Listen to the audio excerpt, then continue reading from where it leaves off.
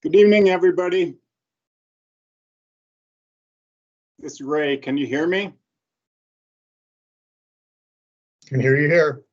Good, Yes. good. So I can hear everybody, yeah, I just want to check. Do we have our council members or at the very least a quorum?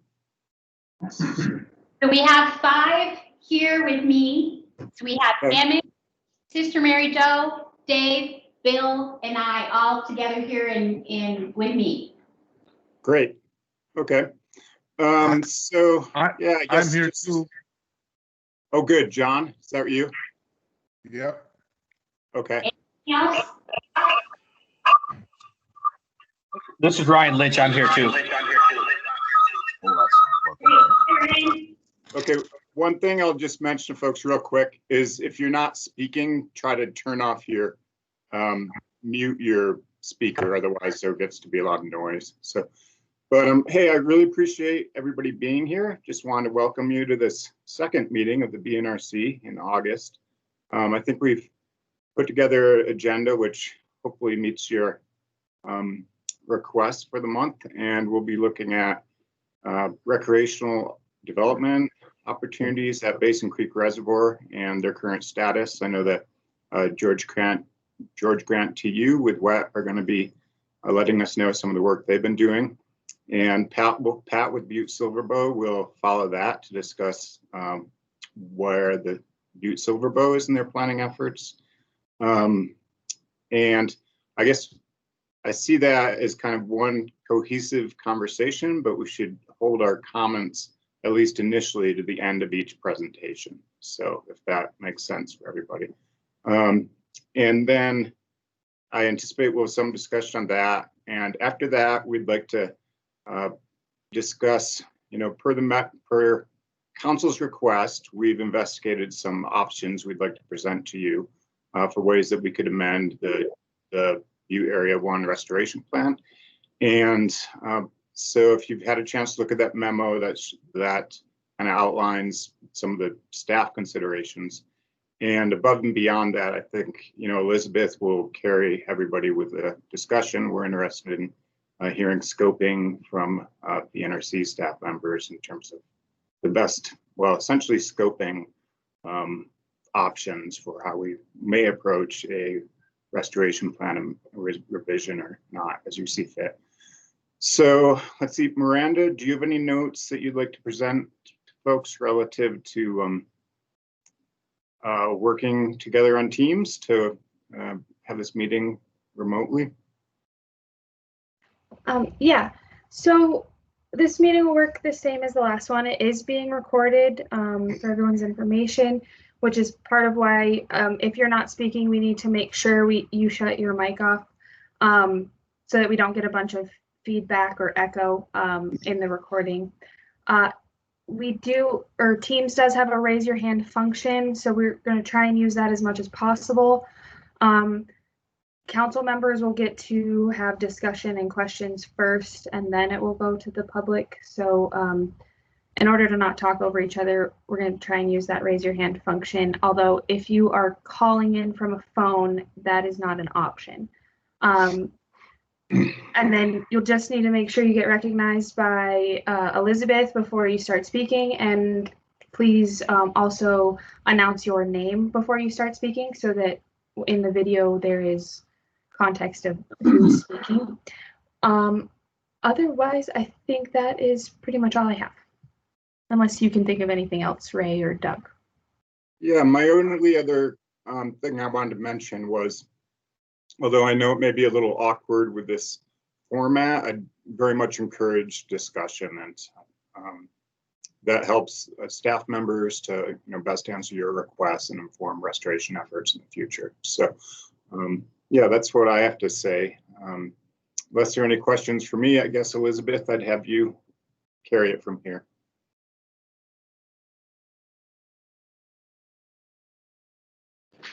All right, thanks, Ray. Thanks for everyone for joining us tonight. Ray went over the agenda, Ray and Miranda, and gave us the rules, so I think we're ready to go.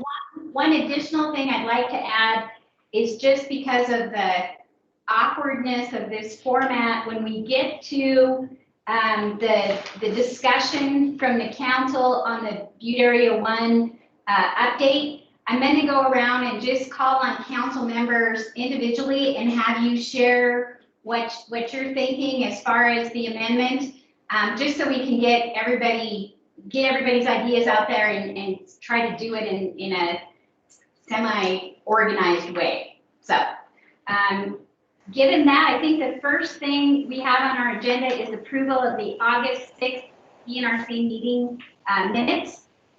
Do any of the council members have any changes, edits, or comments on those minutes?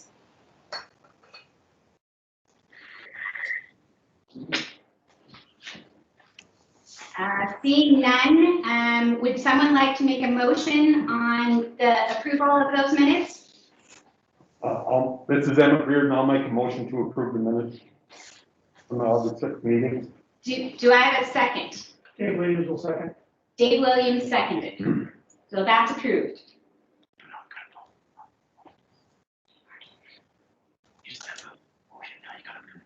Oh, yeah. All in favor of approving the minutes? Aye. Aye. Any opposed? Hearing none, they're approved. All right. Elizabeth, this is Doug. Just one quick question. I didn't catch whether John McKee was on or not.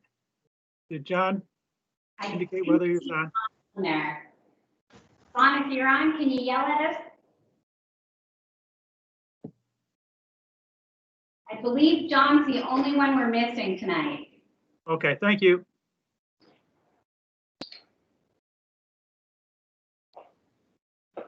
All right, with that, I think we'll go ahead and go to John Trudnowski and have him give his Basin Creek Recreation Development Project update.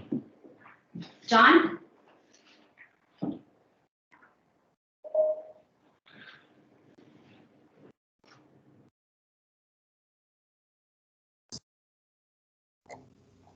Thanks, Elizabeth. Can you guys hear me okay? Yeah. Yes. We can. Okay. So what I wanted to do today is we wanted to, TU and WET wanted to give you guys an update on the recreational development project that's being funded, currently being funded. The design is being funded by the Small Projects Grant. You know, it's been a while since we met, so I'm going to run through a little bit of the history on this and where we were at and where we're at, where we're going.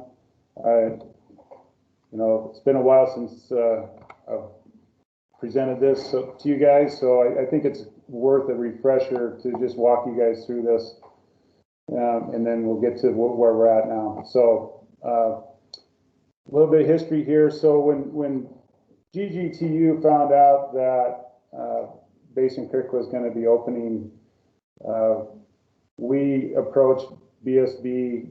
At that time, it was the current Public Works Director, Dave Schultz.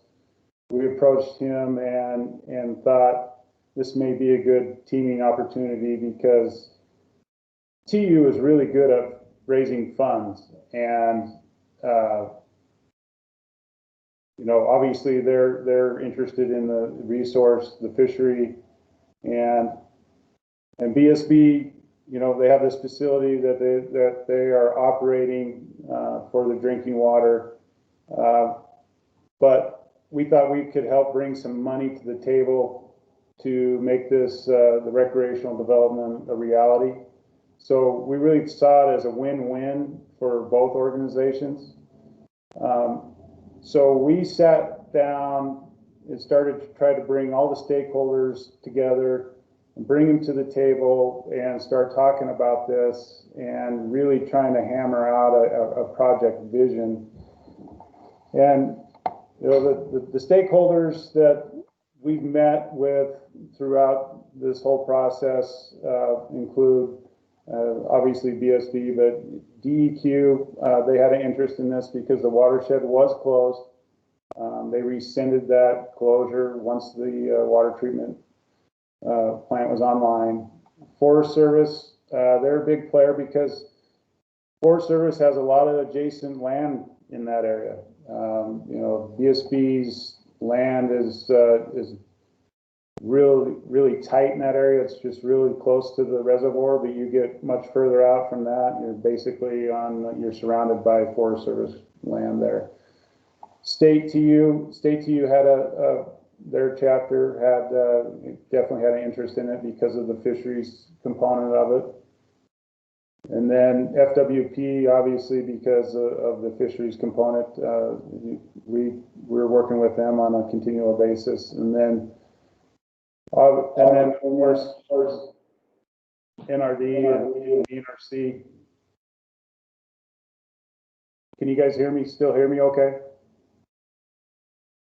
Hey, John, are you sharing your screen? Still can't see it here.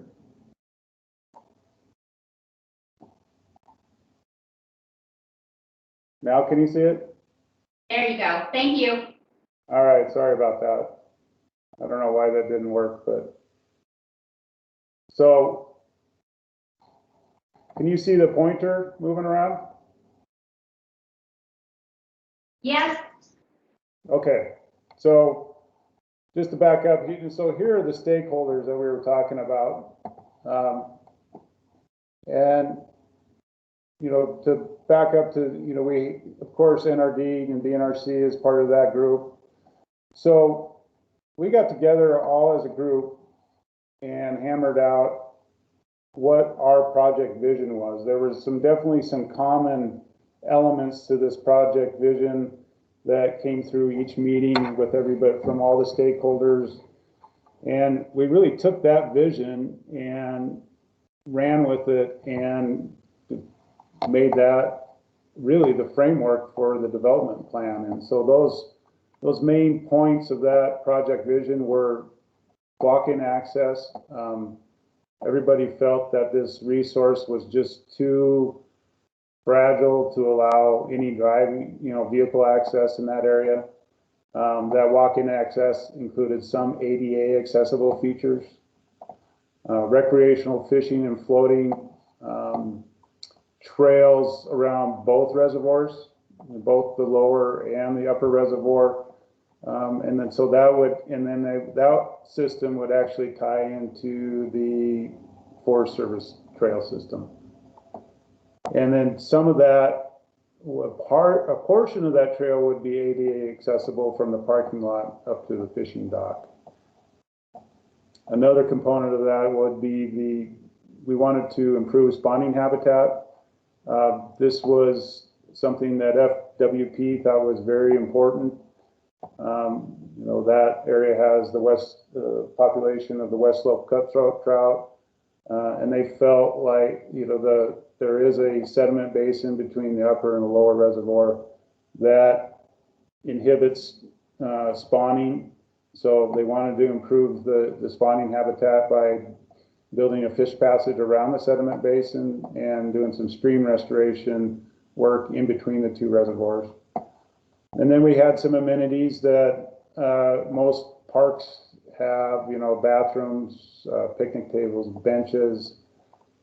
You know, there's a lot of history up there, which I think Pat will probably get into, but we wanted some historical interpretation stations. We thought that would be great for for educational purposes. And then a fishing dock that was ADA accessible, and then a boat launch. So really this was the driving force to the development plan, were all these components. And so the goal really was to take that development plan and to acquire funding. That was really going to be the document that BSB and TU could take to funding sources and say, here's our vision, here's our plan, this is what we want to build. Can you help us? And, you know, there's a lot of programs out there that have funding for this sort of thing. And then really, so take that funding and then actually BSB can take that and complete the construction of the area. So some of those potential funding sources that we identified early in the process were future fisheries. You know, that was mostly, we were looking at that as possibly funding the fish passage, but you know, that's currently being funded by a separate funding source now. And I'll let Pat talk about that particular project right now. Then there's also DNRC has a couple grants that are available that were a good fit. You know, we thought there was some potential there that there could be some money from those programs. And then we have the Land and Water Conservation Fund. That's always a good one for this sort of project. There are some tourism programs that do have grants for, and this definitely would help attract tourists. So we thought, you know, there's a chance there that we could get some funding from some of those programs. The FHWA has a recreational trails program, and we had discussions with representatives from this particular program, and they felt it was a very good fit for their program, and there was a high potential that we could get funding from them. The one caveat for this is that the design had to be done. They had to have, you know, full design documents to fund that, any trail building, because this was strictly for construction. And then if you're providing ADA accessible features, there are some federal ADA grant programs that may be used to help build those features. And then TU did get applied for and got a SARTA grant for construction, $100,000 grant, and it's pending right now. They want to see the final development plan before that's finalized. So pretty good list here. I think there's some money out there that we could go chase and potentially get for more funding to help build this development.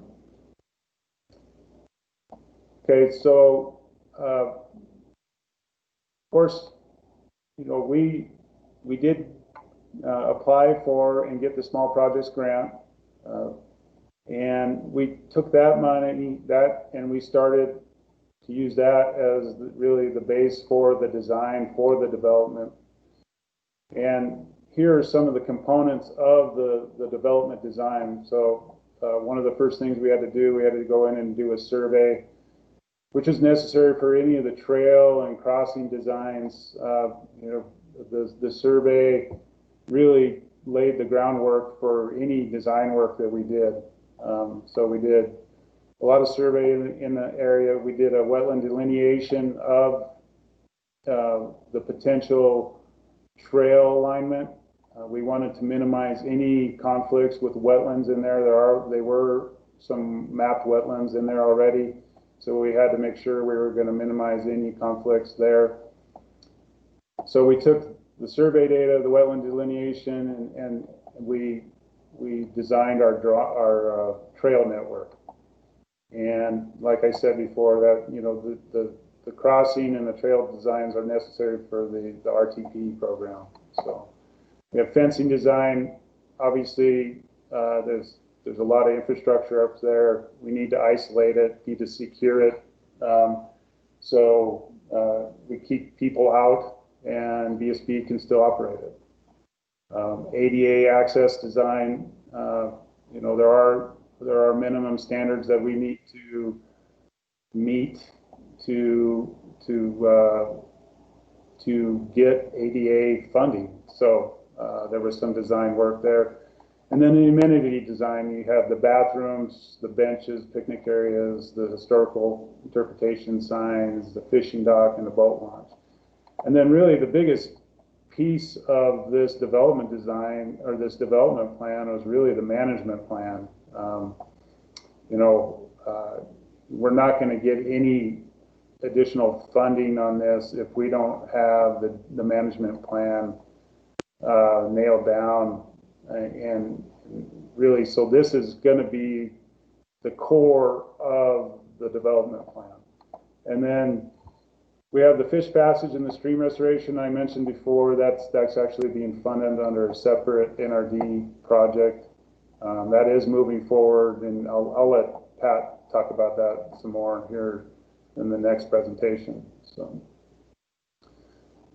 So here's a snapshot that gives you an idea of the original conceptual plan.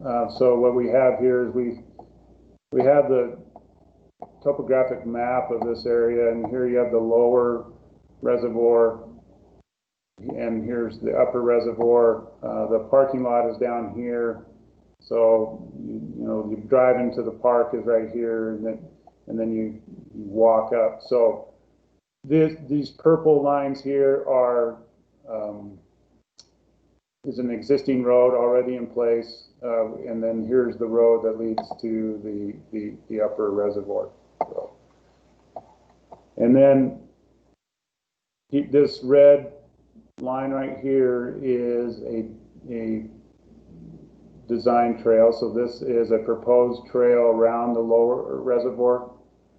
You can see the gray here is BSB property.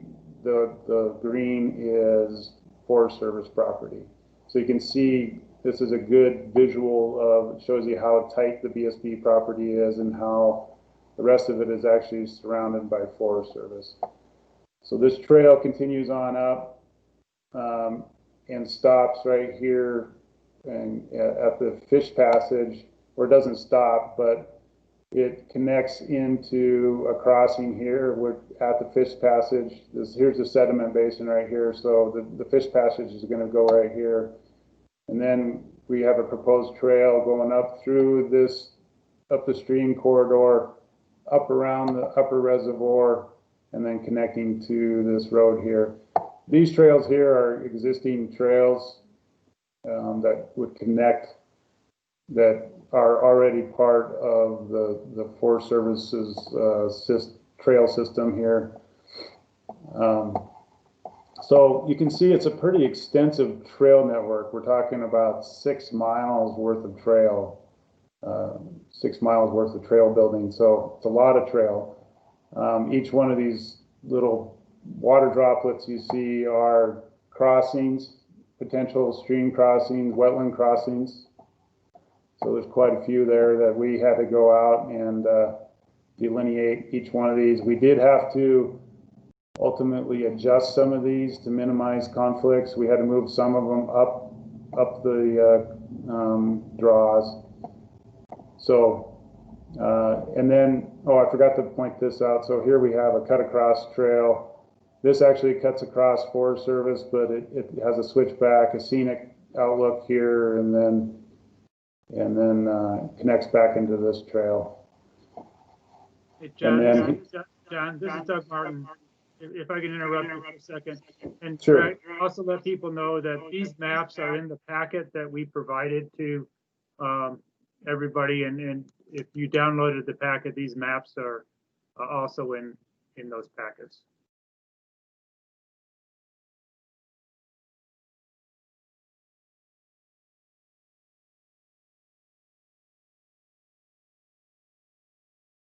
Sorry, you can continue, John.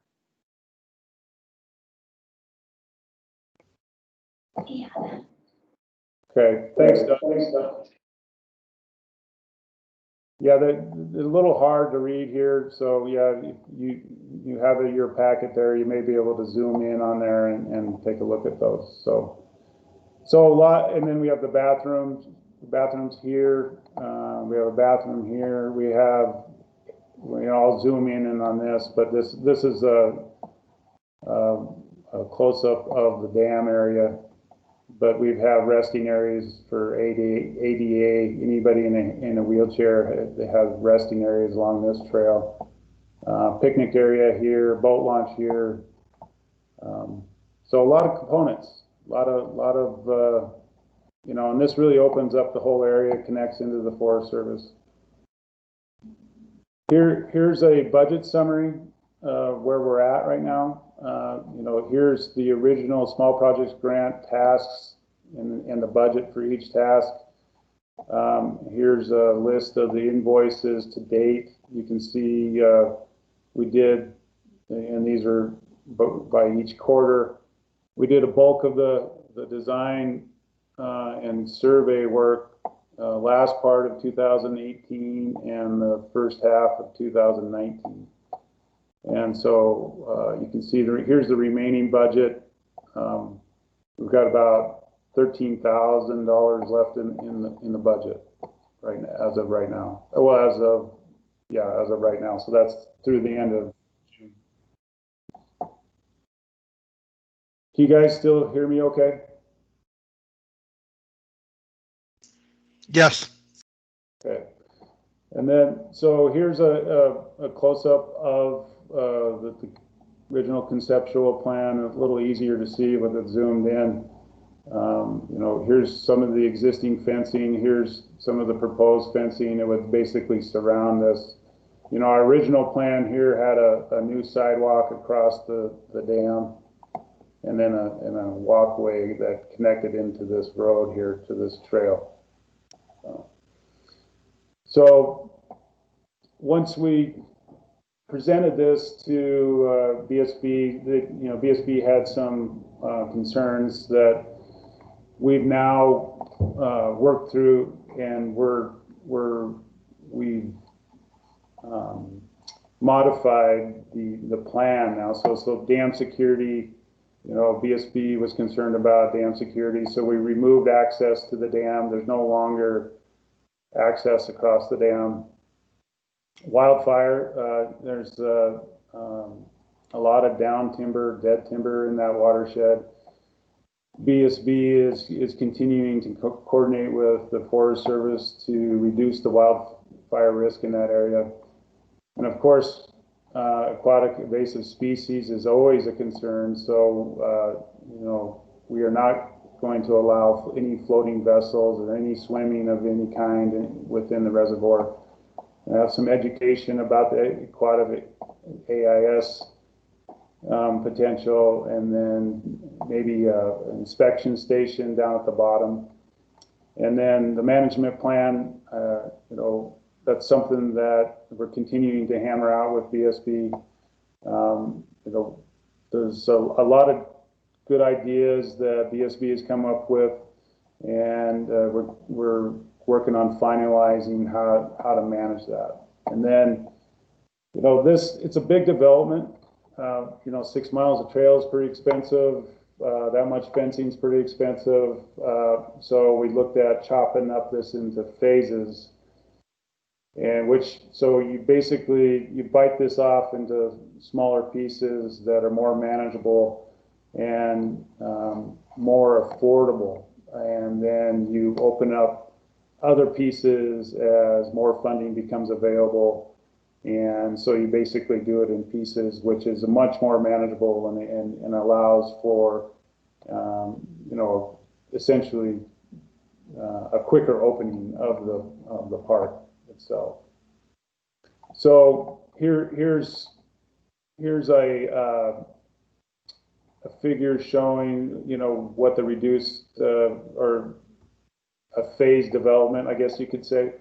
So more or less, this is one option that we discussed with BSB earlier this year, and then basically we would just open the road.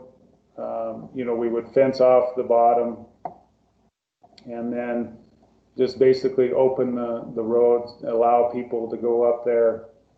And from what I understand, BSB is now moving forward with some of this fencing, and they're looking at opening the east side. I'll let Pat talk about some of the details on that. But this is just a good example of, we removed the access across the dam. So it's a good example of how we've reduced and scaled this back. And really the final development plan, we can cut up and we can phase this however it makes the most sense to BSB.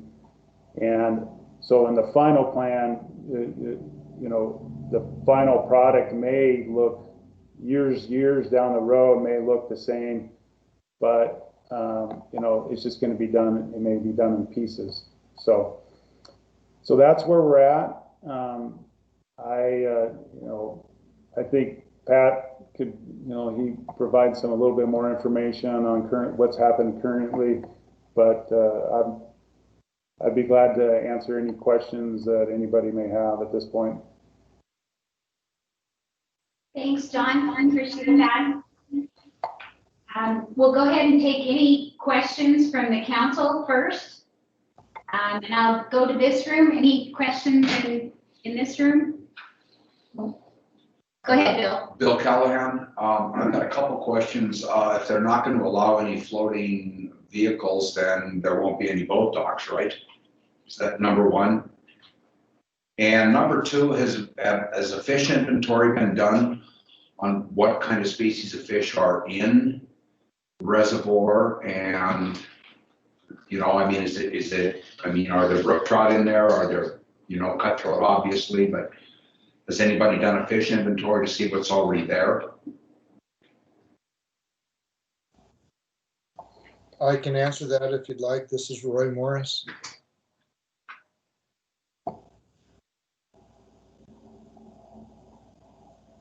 Go ahead, Roy. Bill, about 4 years ago, they did a gill netting survey.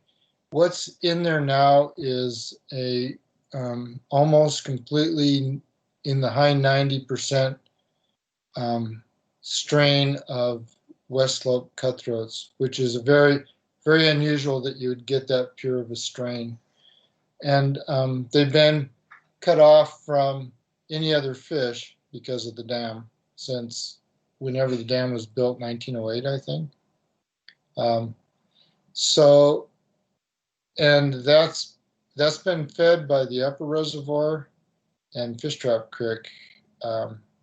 There's been no other species introduced, and as far as we know, there's no other species in the lake, in the lower reservoir or the upper reservoir. There's quite an abundance of fish, but not a sustainable amount of fish if the fish passage isn't created.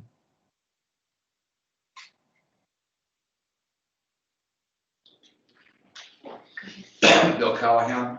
Has anybody done an aquatic insect survey to see, you know, to see what's present there?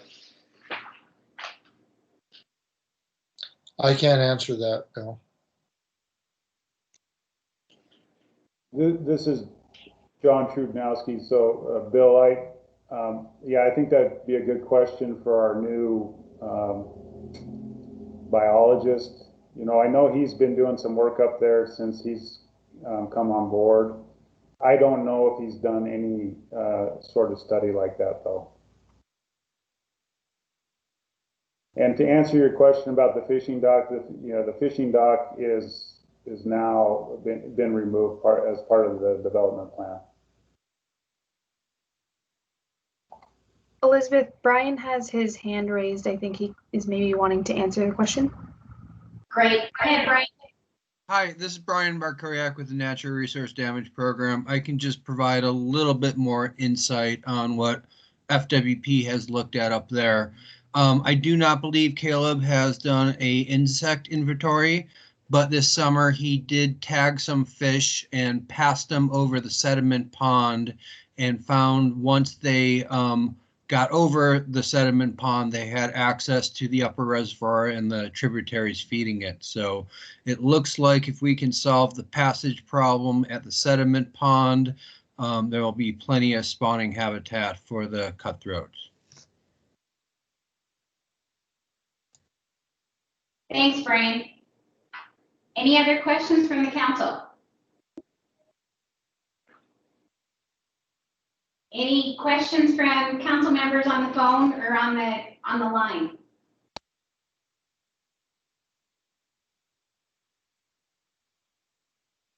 Seeing none, we'll go ahead to any questions from the public. Raise your hand if you have a question.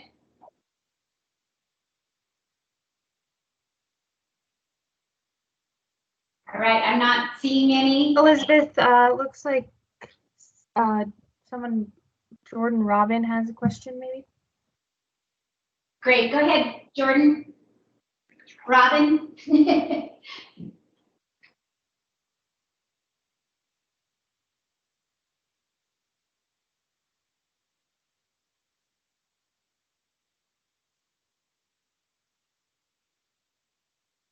Robin, did you have a question?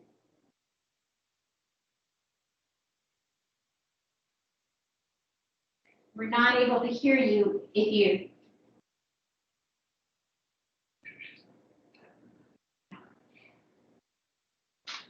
All right, not seeing any questions. I think we'll go ahead on to Pat Kneen and have him go ahead and do his presentation.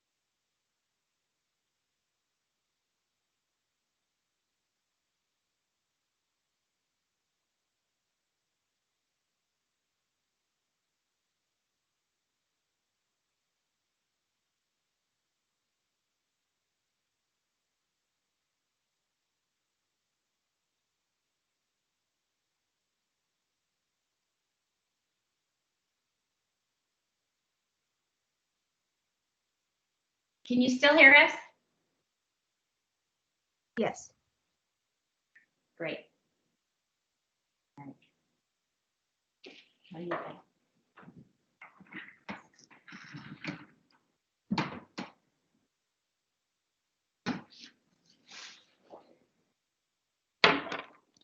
Can everyone see the screen? Yes, we can. Yes. Yes.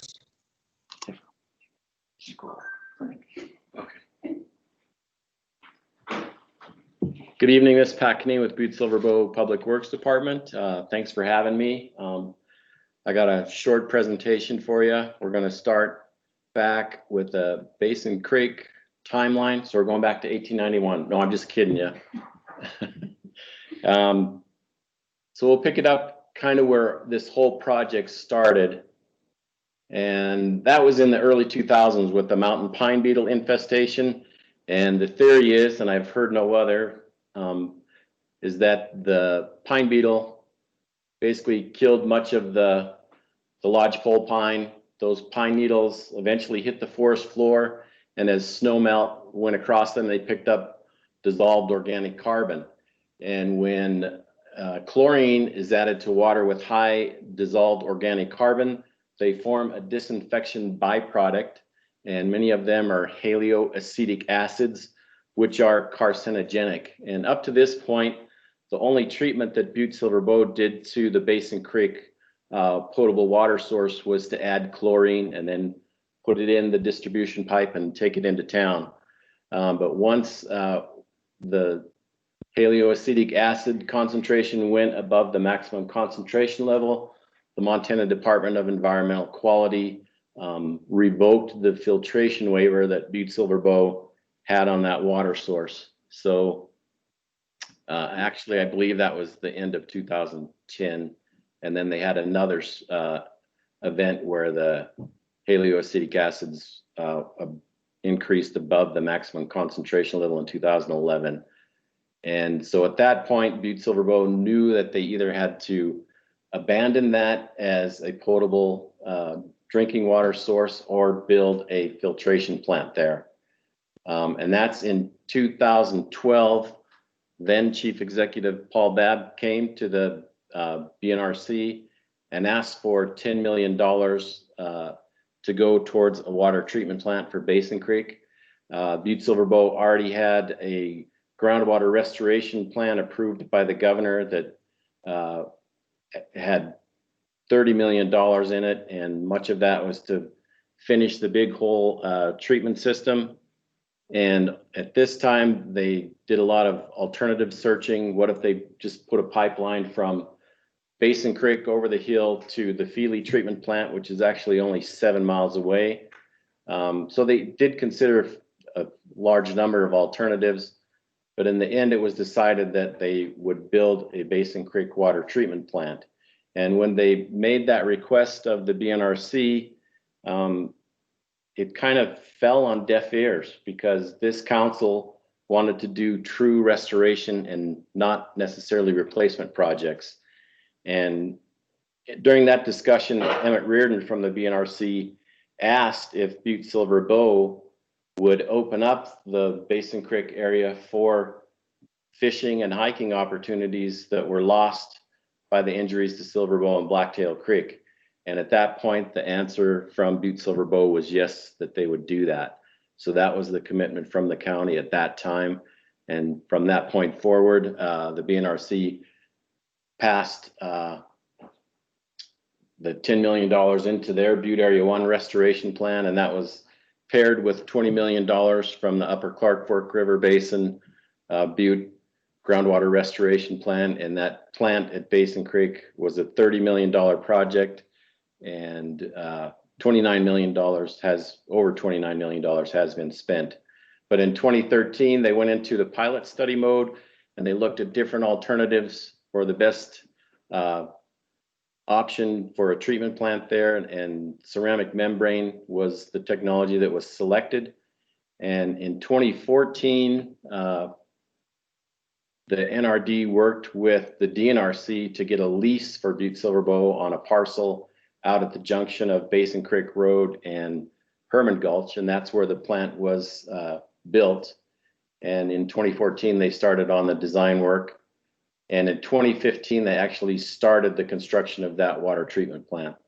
In 2017, in April, that water treatment plant was brought online. And at that point, the DEQ was approached. Now, this watershed is considered A, and A is fairly, I mean, it's pristine. It's the highest classification. And it was also closed because there was no treatment for the water other than chlorination. So the DEQ and the county felt that it would be best if people had no access up there, and that way they could protect the water quality. Now, in November of 2017, Eric Urban, who was with the Water Quality Division, wrote a letter to Butte Silver Bow, and I believe that was attached to Chief Executive Palmer's letter to the Enrc that went out yesterday. And basically what that letter said is the DEQ rescinded the public access restriction. And in 2018, Butte Silver Bow started to put millings down on the road on Basin Creek. And that's about, from the end of Harrison Avenue out to Basin Creek, I believe it's about 6 miles. It's paved about halfway, and so the road improvements started at about that 3 mile mark out there.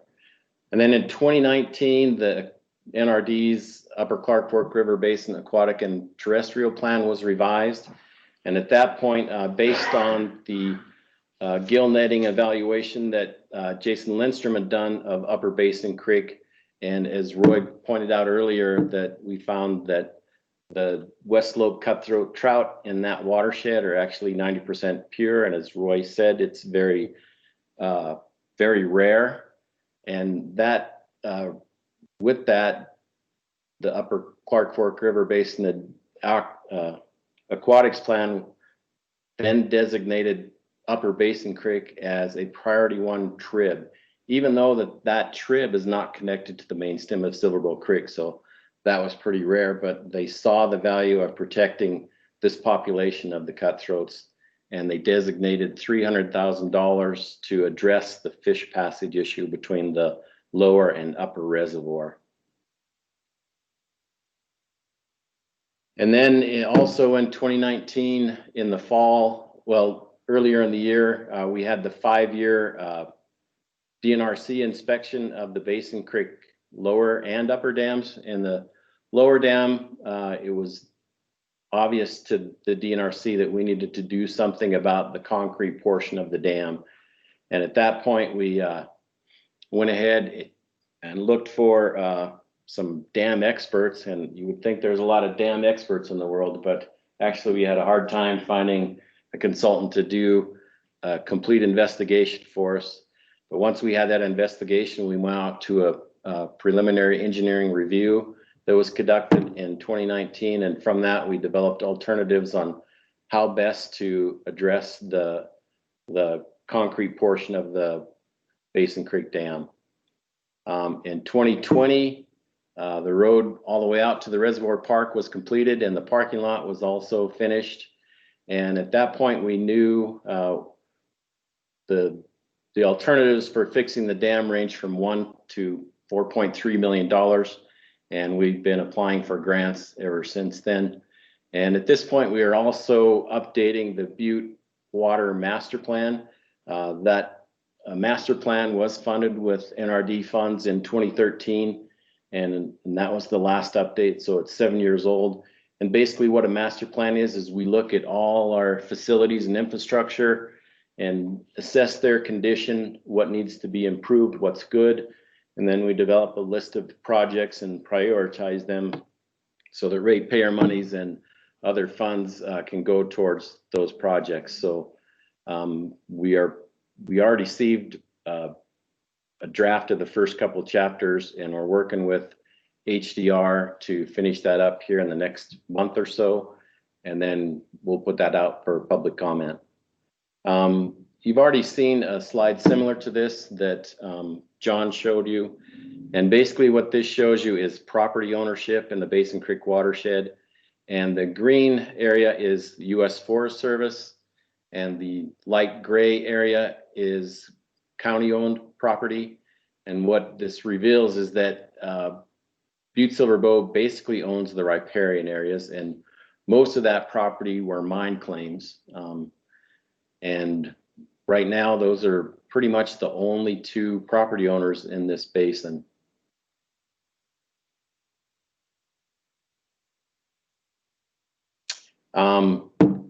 So we've talked a little bit about the fishery and the West Slope cutthroat trout, and John kind of summarized this already, but Caleb Yearling, and this is cool. Caleb is a young professional, and he took Jason Lindstrom's spot, and he actually moved from Missoula to Butte.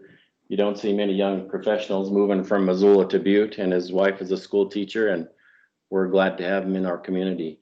So what Caleb's findings were, he went out with us when we looked at the sediment basin and how to do an aquatic passage around it or over it. And then he came back and did some more gill netting, and he actually tagged some fish. And what he found in the lower reservoir is that the fish are smaller, but the population is in greater numbers. And the upper reservoir, the fish are larger, but they're in smaller numbers. And as was mentioned earlier, this is interesting too. Caleb told me that approximately 10% of the fish that he netted already have hook scars. So even though there's not public access, everybody's looking at Emmett. They've 1 in 10 fish up there has already been caught. And as was mentioned, Caleb tagged some of those fish and lifted them up over the weir at the sediment basin, and they were able to make it up to the upper reservoir. So that was pretty encouraging. And that's where the spawning ground is for these fish, is actually in the gravels in the creek that connects the two reservoirs, and then above the upper reservoir as well. And keep Emmett in his seat. This is one of the cutthroats from the lower reservoir, and you can see he's kind of a skinny guy, but he's a beautiful fish. And this is a pair from the upper reservoir, and you can see they're a little bit chubbier.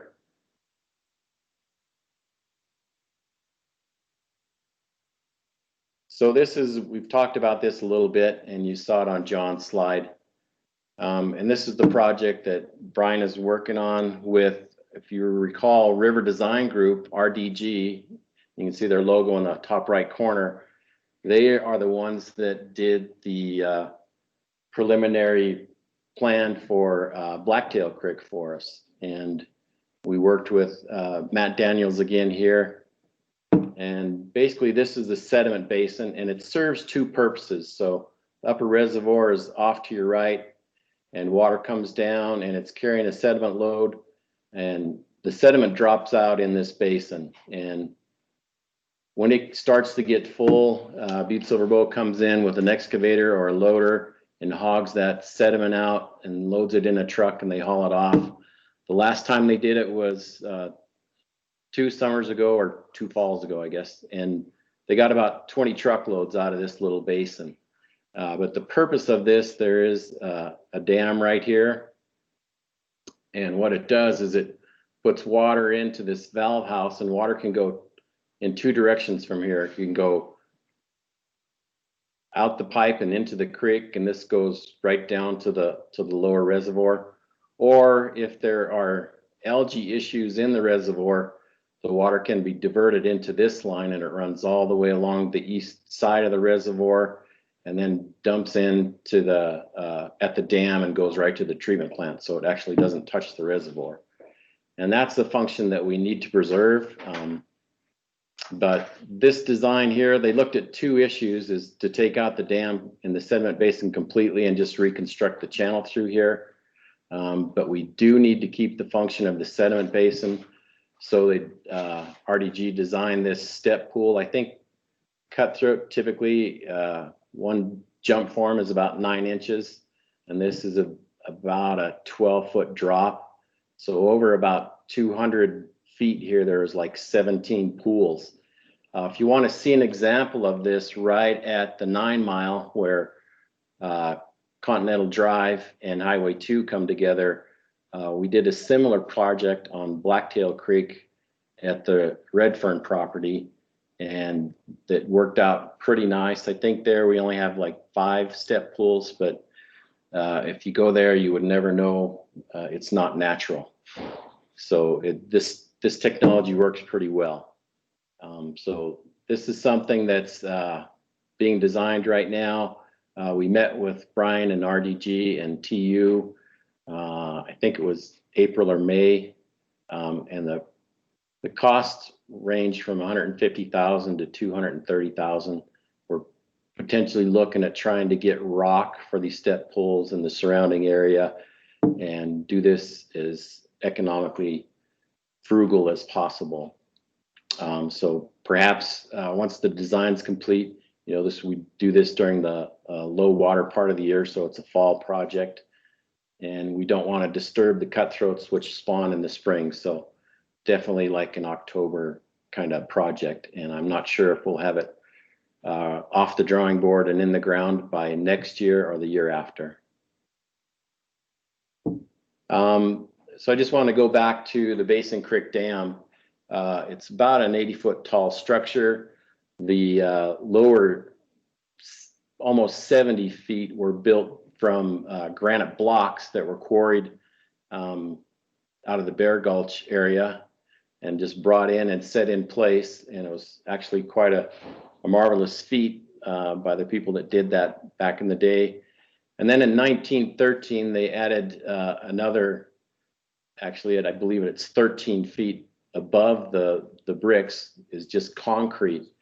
But that 13 feet, because this is a V-shaped reservoir, a lot of the storage is in that top 13 feet. So almost 40% of the water is in that top 13 feet. So this these are the concrete buttresses as well. And back in 1913, they didn't have a spec for concrete, but I imagine this is like a 7-sack mix, but the aggregate ranged from, 3/8 probably to over 4 inches. So they just used what they had, and it's lasted over 100 years. So it's a testament to the workmanship that our forefathers had 100 years ago. But now, over 100 years of freezing and thawing, if you go out and look at a sidewalk in uptown Butte that's 100 years old, it's cracked, and it's basically the freeze thaw that gets to it. And the Basin Creek Dam is no different. What they actually did in the 1930s, they came, and if you were to go look at the reservoir now, this whole part of the buttress has been covered with earth, and the reason for that was to prevent that water from getting to it and doing the freeze thaw and cracking up the buttress side of this dam. So here's what we found in our inspection last fall. You can see this, the dotted line here is the water line. So above the water line, this wall, we call it the parapet wall, and below it is the concrete. So there's about 13 feet of concrete on top of the granite blocks. And this stuff is just freezing and thawing and cracking. And in 1979, they came in and added some concrete to it, and then put like some chicken wire and rebar, and then shotcreted this, so we had a new face. But even that face now, that's, you know what, 40 years old, so it's cracking and it's falling. So something needs to be done here. And so we looked at several alternatives, and the one I personally like, of course, is the high-end one, and that would be to remove that top 13 feet of concrete and bring in new concrete, and we'd actually run steel rods. You can see it here. We'd run steel rods into the granite blocks and up into the concrete, and then it would be rebuttressed, and there'd be a new walkway across the face or the top of the dam. I think it's about 240 feet from one side to the other. This project, this alternative is the high end, and it's $4.3 million. In that preliminary engineering report, typically there's four alternatives. There's the do nothing, the low end, the middle, and the high, and typically they always shoot for the middle.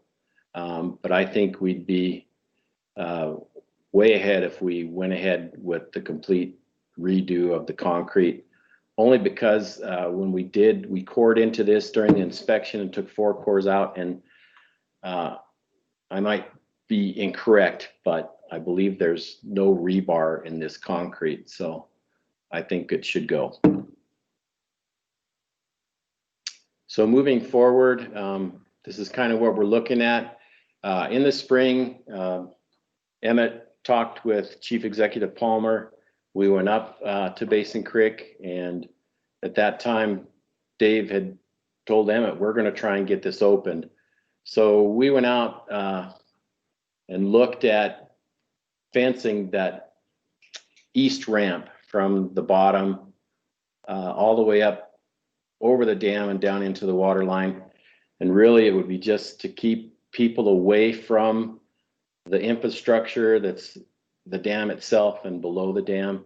So we only wanted to do limited access to that Fish Creek arm, and it's about 1 mile from the dam all the way up to that sediment basin. So that would provide a lot of angling opportunities, and we'd leave the Bear Gulch side off limits for now.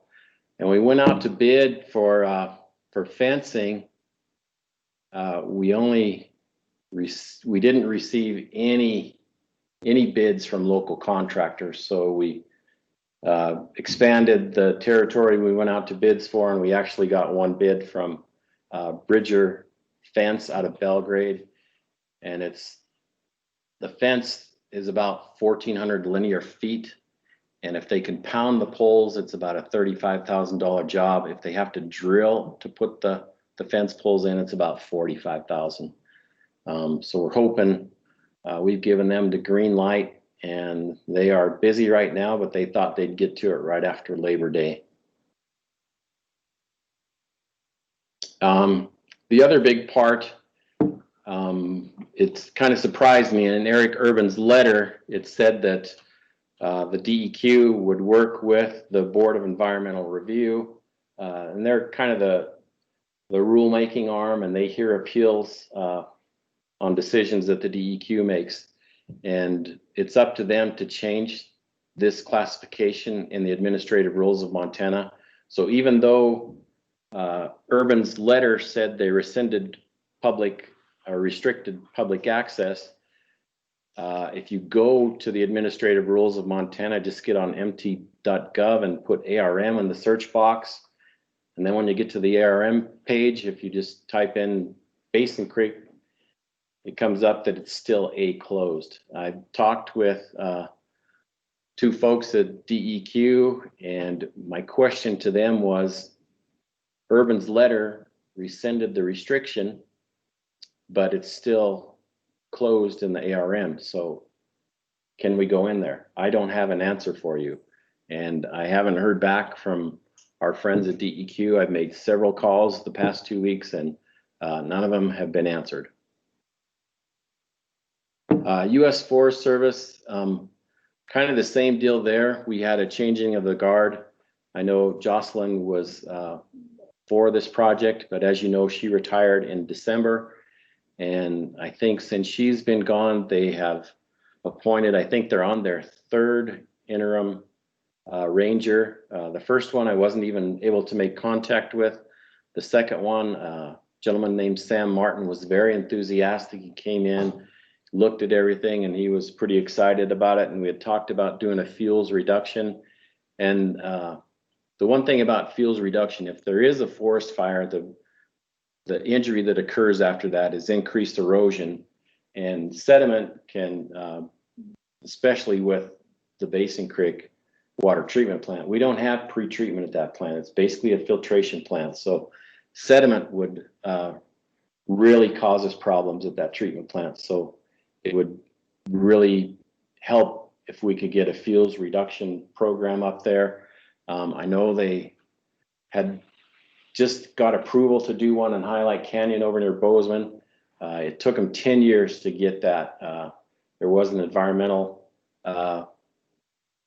group that protested that, so it took them 10 years to get it through the legal process to where they can actually go in now and do a fuels reduction. But that would be an important part of what the Forest Service can do for us to protect the water quality, because I think we would all agree that the highest and best use for Basin Creek is it serves as our best and lowest cost source of potable water.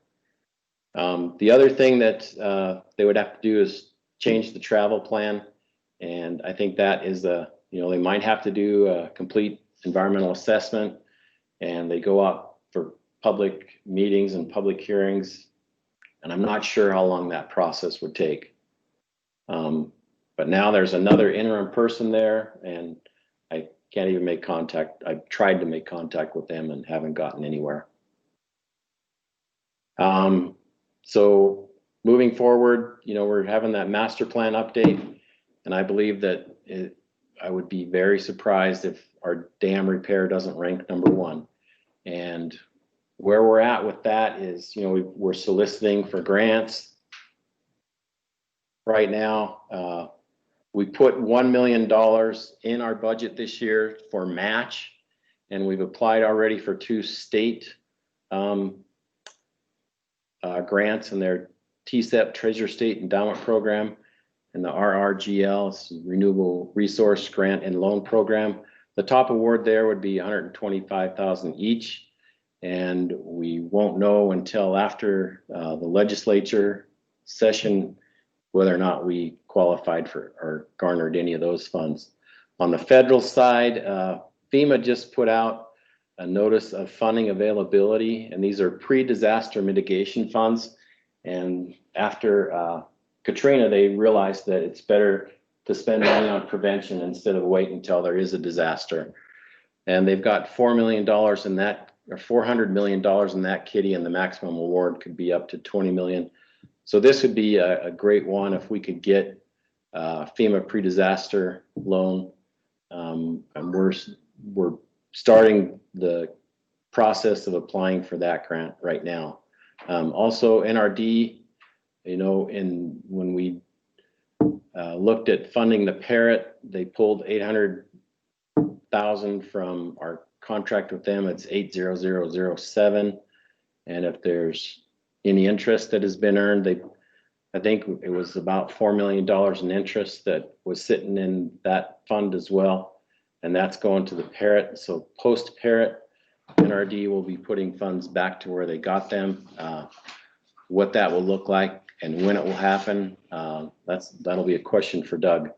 But in the meantime, we are more than willing to engage with all the stakeholders and keep the ball rolling on this project. I know you've heard concerns from our water treatment plant operators, and they're legitimate.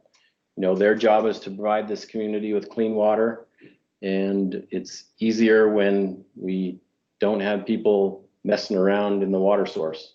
And when the treatment plant was first opened, there was a news story that went out that I believe the words were, we're going to open Basin Creek, but some of them didn't read going to. And there were a lot of people that went in over and under and around and through the fence and caused some vandalism. And our operators felt the wrath of that because they're the ones that had to clean it up. So a big part of this recreation project is going to have to be sustainability. And it's, you know, right now, there is no extra money in Parks and Rec to maintain a new park. So whatever we come up with out there, we'll have to help fund the care and maintenance of whatever we put on the ground up there. So whether it's we use permits and get user fees that way, or the Highlight Canyon group, they're the Friends of Highlight Canyon, and they are volunteers that go in and help take care of the campgrounds around Highlight. So we'd have to do something similar to that. So a lot of stakeholders here, the rewards could be huge. I mean, it's not often that you see cutthroat in flat water. And also this is, you know, there's opportunity for non-motorized boating up there and potentially swimming. And it just could be a great amenity for this community. And we're on board.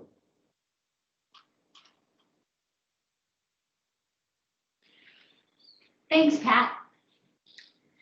Again, we'll go ahead and open up the questions to the council first. Any questions in this room? Go ahead, Emmett. This is Emmett Reardon. I just have a few. Thank you for that. That was very helpful. One is in regard to the dam repairs. Would you have any intention to go a little higher? Given that that's where most of your water is? I don't believe we could, Reardon, Mr. Reardon, because our storage water right. Okay. Just a thought. In Dave's letter, he referred to, you know, given that the fencing is done on schedule, et cetera, opening and the season would end when closes the public park below. Is that a specific date each year? Or is it? I'm not sure, Emmett. I know it's in October sometime, and I don't know if it's on. Is it like the same as Thompson Park? I believe it is. The rest of them? Okay. And it might be posted on the sign out there. I don't know. I can find that out for you. I was just curious as to specific dates. So just so I'm clear, the phase one opening would open as you're looking at the dam, the road on the left and the right, or just the left? Okay. Just the left. Okay. That's all I have. Thank you. Any other questions? Go ahead. Okay, Williams, Pat, you had asked for letters of support. Which grant was asked for specifically, and what's the result now? We used your letters for both grants, the TSEP and the RRGL. The applications were due earlier in the summer, and we won't hear anything back until the final decision is made by the legislature. So we won't hear back until, sometime in March or April.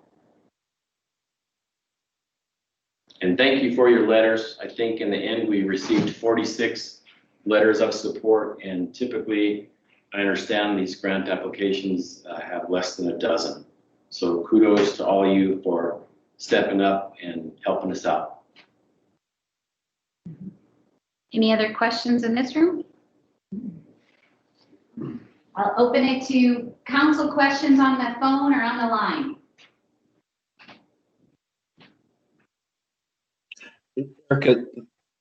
Elizabeth, this is Ryan, and I just wanted to thank Pat for the presentation. It was very informative, and also for flagging the RRG and the TCEP grants. We will be sure to keep our eye on those and make sure that they get above the line.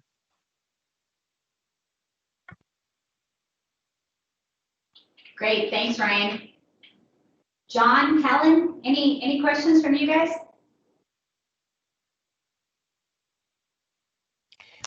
No, I would also say that both presentations very informative. I appreciate the detail and knowing more specifically the hurdles that remain in our way to try to make the recreation a reality. I would encourage us to start small and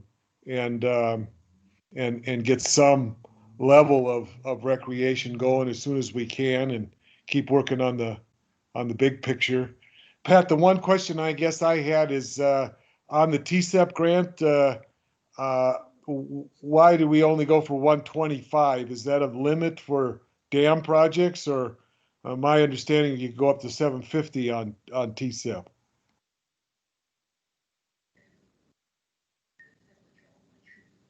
I was just told that, John. If you can get me 750, I will take it.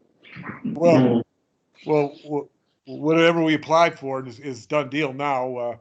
Ryan will get that. Ryan will be in charge of getting that money in the future. But I knew the $125,000 limit for an RRD, but I thought there was a sliding scale on TCEP up to 750 depending on the match. And since we had $1 million in match ready, it seemed like we would be eligible for the maximum amount. So maybe they got some new rules because of the particular year we're in, but we'll watch that carefully. Thank you for your presentation. John, you may well be right. I'm a rookie at applying for grants. I usually have been evaluating them. So I will find out, and I will drop you guys a note to let you know what the maximum is that we can apply for, and I sure hope you're correct. All right, any other questions from the council? Helen, are you chiming in there? Thanks, Pat, for the presentation. Good to hear from you again, and I hope that we can get it open for recreation and then expand the opportunities up there and not get in our own way. I want to make the most of the recreational area, you know. A lot of times I think Butte gets in its own way, and hopefully we can make it the best it can be there. Great, thanks, Helen. Elizabeth, this is Miranda. Just to interrupt really quick.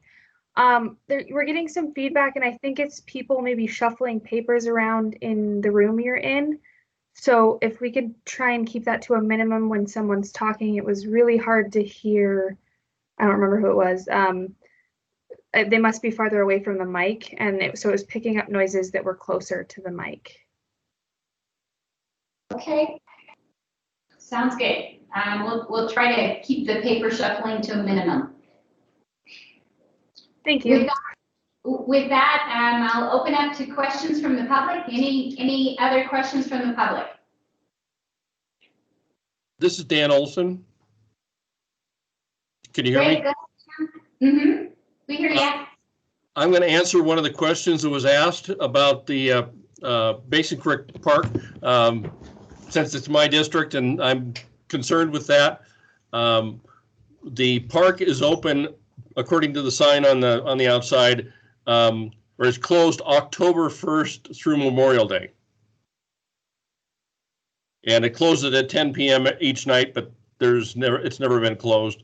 There is I'll say railroad rails that you could put at one time there was a chain across there so you could close the parking lot and whatever, but none of that's been done. I've been up there in the middle of winter working on the Basin Creek, or looking at the Basin Creek house, not the caretaker's house. And there's actually been people that have gone up and gone ice fishing on the reservoir while I was up there. So just comments. Thanks everybody for those updates on the Basin Creek Reservoir, since it's kind of my neighborhood and something I want to see get done. So thanks for everyone. Thanks, Dan. Appreciate that. Any other questions?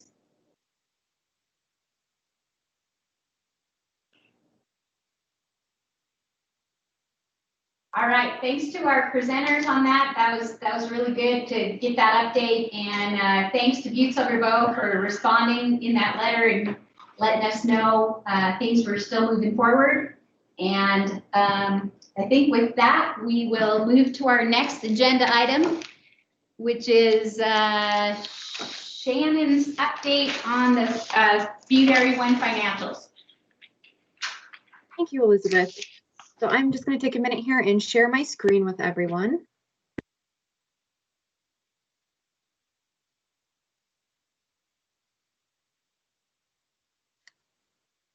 All right, so hopefully you all can see it.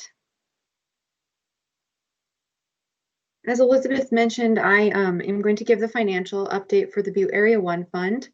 I am the administrative officer with NRDP, and so annually, I come before the council to present the financial update. So just as a little refresh for everybody, the Butte Area 1 Fund is divided into 6 categories: restoration of Silver Creek corridor, mine waste area and restoration and re-veg, stream restoration, municipal water system improvements, recreation, and small projects.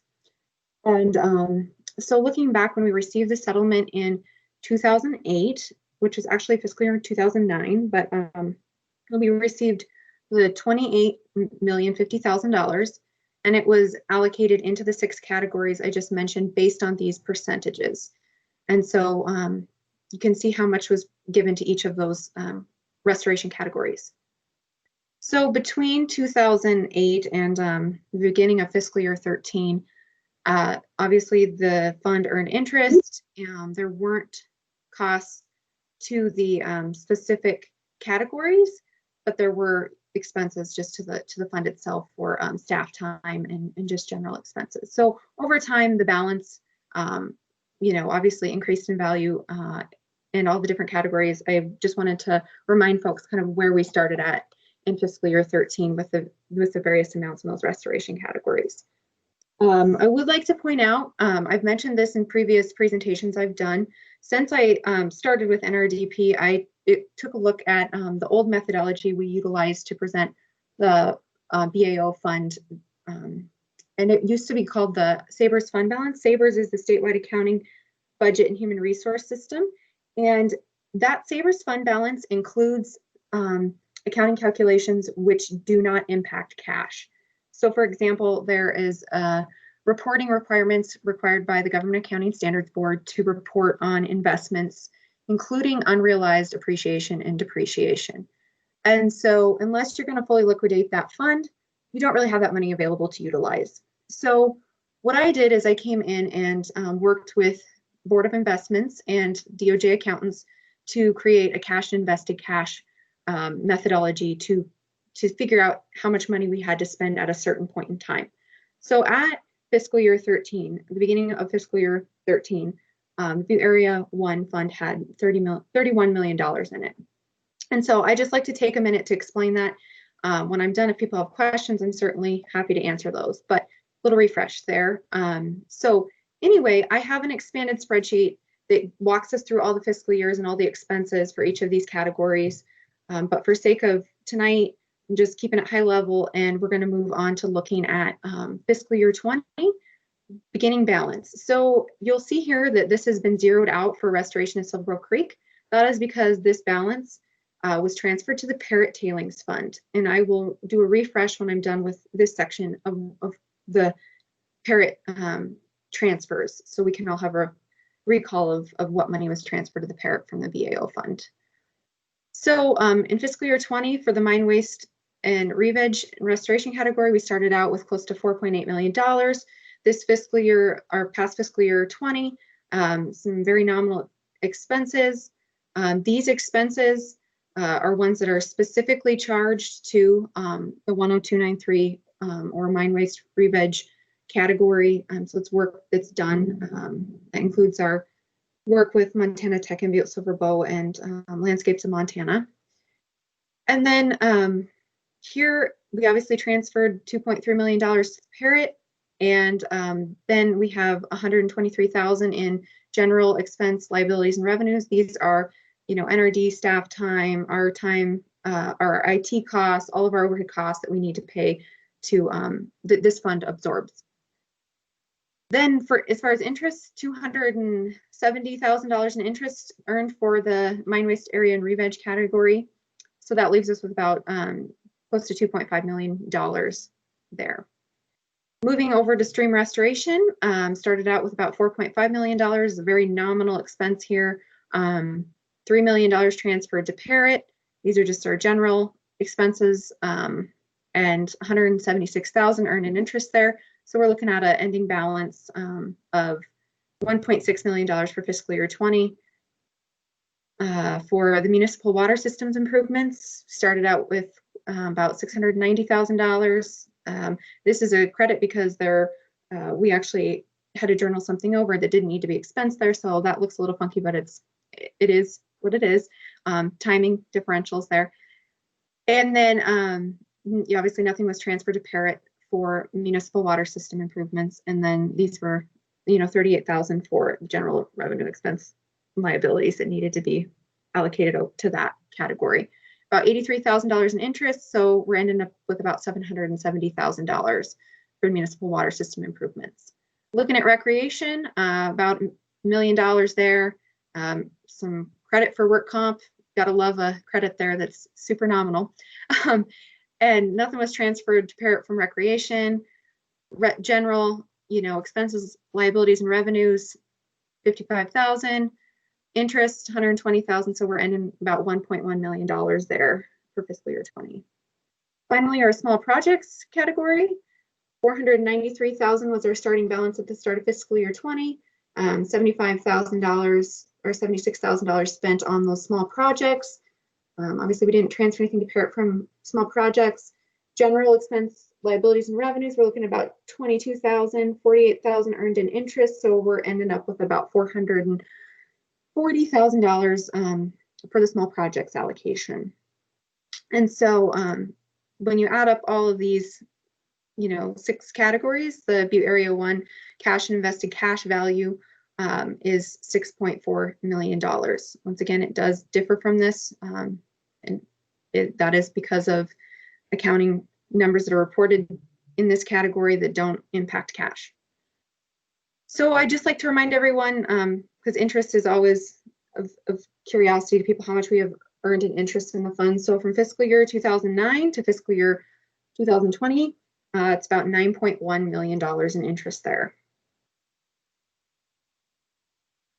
All right, like I promised, here is our recap of the Parrot Tailings Fund amendment transfers. So as a reminder, close to $35 million was transferred to the Parrot Fund. It's its own fund now. What comprised that was the 2016 Parrot Amendment from the SSTOU excess of $8.5 million. From the 2016 Parrot Amendment, Butte Area 1 Restoration of Silver Creek Corridor, and that is from this category here that we zeroed out. So at that point in time, at the end of fiscal year 19, starting in fiscal year 20, we had $7.6 million there. The Butte Area 1 stream restoration category, $3 million. Butte Area 1 mine waste area restoration re-veg category, $2.3 million. And then out of the Upper Clark Fork River Basin Fund, from the 2016 SSTOU access, $8 million. Also in the Upper Clark Fork River Basin Restoration Fund, the Butte groundwater allocation transferred $5.2 million. And so that is how we get the total of the close to $3.5 million that was transferred to the Parrot. So that is in the totality of my financial presentation for tonight. I'm happy to answer any questions folks may have.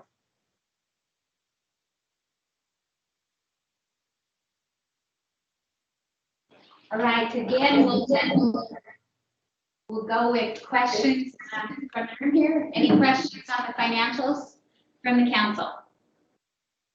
Not seeing anything in the room here. Are there questions from council members on the line? Yeah, I got a question. Go ahead, John. Yeah, could you go back to the Butte Area 1? Yeah, could you just briefly describe again the difference between what's categorized as fiscal year 20 expenses and fiscal year 20 general expenses, liabilities, and revenues? What distinguishes those two categories?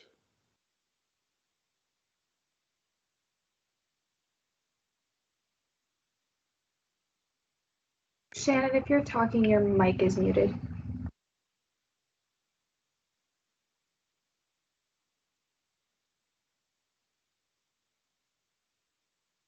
Sorry about that. Somehow got muted there. I apologize. So can you guys hear me now? Yes. Super. Okay, John. So these expenses here are ones that are charged directly to the restoration categories. So they are our staff time working on these specific, a project under this specific category, or it's our contracts or task orders under these specific categories. Now, these general expenses, liabilities, and revenues are like our time attending this meeting. They hit the Butte Area 1 fund. There are rent for Butte. It's our staff time, you know, with our professional development or, you know, training time. It's our costs to Department of Justice, CSD. It's our IT costs. It includes, you know, all of those costs in which we need to pass through to the Butte Area 1 fund. It also includes those liabilities. Are basically what happens at the end of the fiscal year is the accounting books are closed, the Treasury is still sending out money, and so we have to put them in a holding account and recognize those. So those need to be included because they will reduce our cash, and they are liabilities and financial obligations that the fund has to absorb. Does that answer your question? Follow up, Madam Chair. I would have a follow-up question then. I would assume then in this line item, 2020 general expenses across the totality of the Butte Area 1 fund, looks like we're in excess of $300,000 that is being charged to the Butte Area 1 fund. I can only assume that there is a like amount proportionally, I guess, being charged to the Terrestrial and Aquatic Fund, to the Clark Fork River Restoration Fund, the Anaconda Uplands Restoration Fund. Each of those different funds then pay their proportionate share of these general expenses? Correct. So this methodology is employed across all of NRDP's funds, and it does involve an allocation that accounts for where NRDP has spent its time and the work that it's doing and needing to pass those costs throughout our funds. And so is, you know, the calculation for that is done annually to determine how much each fund is going to need to absorb in these general expenses. And Courts, maybe tomorrow or at some point, you might direct me to the spreadsheets on the website that would let me see the totality of those general expenses as they are balanced across all the funds. If you could just point me to that spreadsheet, I'd really appreciate it. No need to go over that now. Thank you.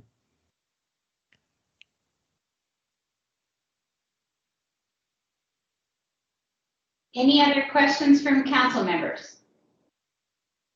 Yes. Go ahead, sister. Mary Jo McDonald speaking. And what I'd like to know is all of a sudden on the restoration of Silver Bow Creek corridor, there is nothing that from 2020 in beginning balance. And so what happened to those funds? So let's move back to this slide here. So let's see, make sure I'm not muted here. Okay, good, I'm not. It's really hard to tell on this screen. So what happened is in fiscal year 19, at the end of fiscal year 19, this was the balance. And so this was the balance of the upper Silverbow Creek, or excuse me, restoration of Silverbow Creek corridor category, and it was moved to the Parrot, transferred. So these dollars are now in the Parrot fund. Thank you. Any other questions from the council?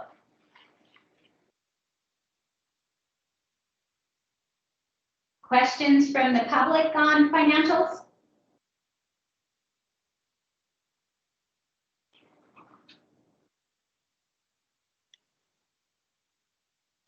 All right, seeing none, we'll move on to Harley's update of the restoration plan steps. Okay, good evening, everybody.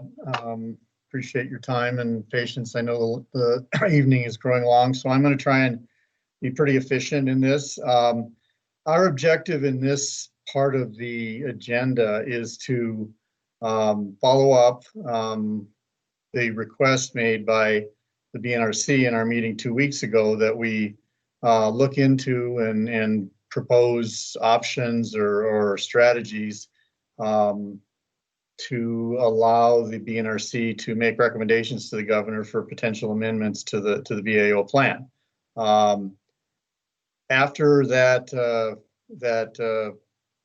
resolution was passed our way at that meeting, we as a program and staff assembled and tried to put together what we could as far as information and facts and background to kick the process off. You know, our hope for the meeting tonight is to present kind of the situation as it is, try and update the Dnrc with information just as Shannon just presented. I mean, what do we have in the bank now? You know, what is the Butte Area 1 fund? I mean, you know, and how is it structured and so on. But really, the other objective we have from this meeting is to hopefully have a discussion with the Dnrc about what either individual members or it as a collective body have in mind. You know, we can throw out some areas of potential discussion and consideration that we think are achievable and realistic, especially under the timeframes and parameters we have to operate. We'll probably identify some areas we don't think we can go for reasons that are similar. So anyway, our plan, our hope is tonight is just kind of quickly lay out the facts as they are, and then I do like Elizabeth's suggestion at the beginning of the meeting that she is going to, you know, ask one by one, or, you know, if members have ideas, and hopefully that will also spur discussion and consideration, you know, by the members of the Dnrc of these items. So that's kind of lays out what we, you know, where we see we need to start. I mean, we're at the start, and, you know, unfortunately, the finish line isn't very far away.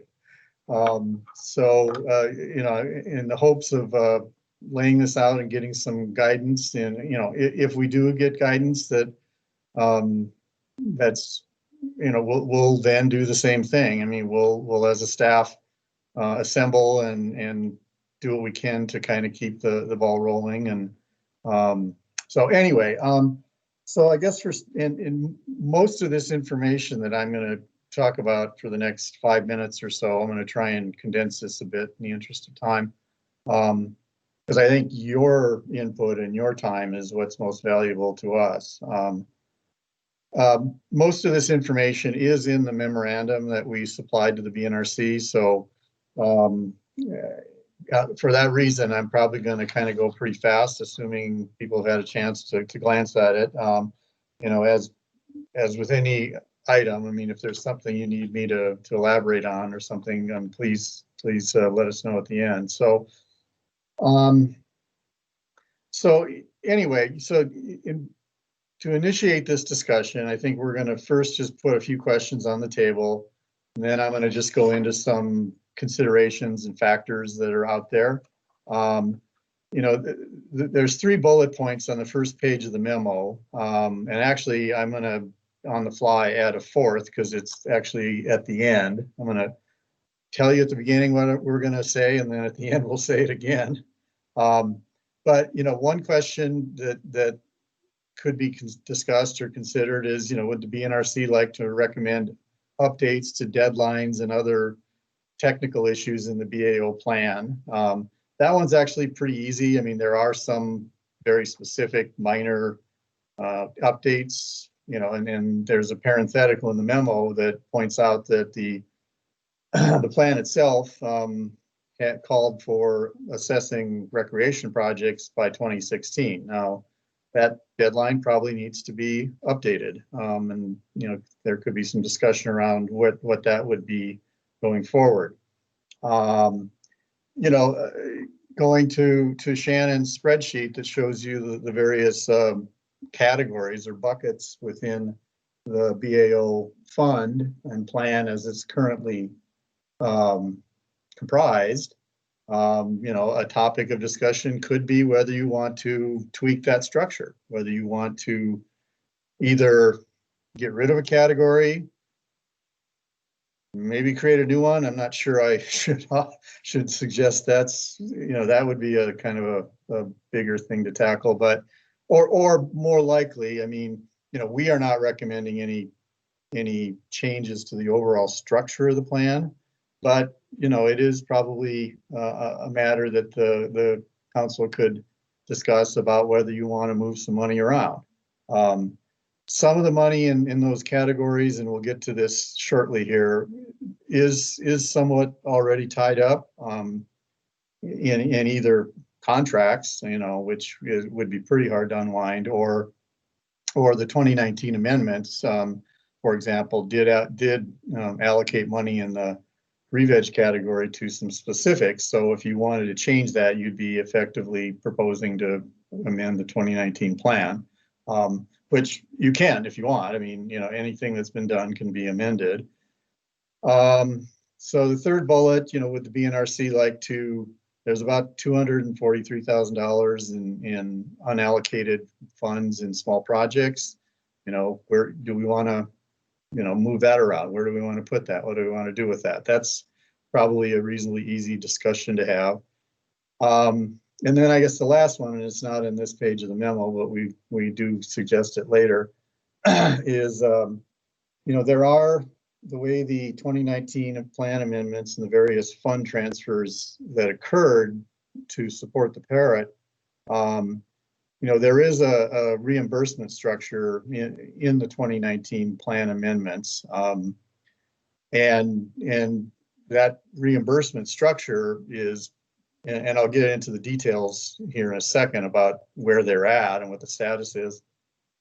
But another item the BNRC could discuss and consider is, okay, we expect we're going to get that money. Some of it we may not know exactly how much we're going to get, but when we get it, whatever we get, we want it to go here or there.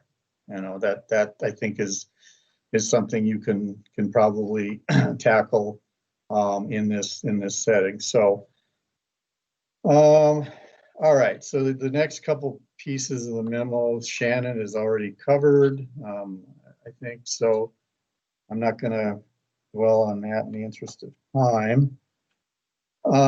So yeah, that brings us to the topic I just mentioned. I mean, what other, apart from the 6.4 that Shannon explained is our current working balance effectively, you know, what other funds, you know, does the Butte Area 1 restoration fund anticipate seeing. So, I mean, there's two we would identify right now.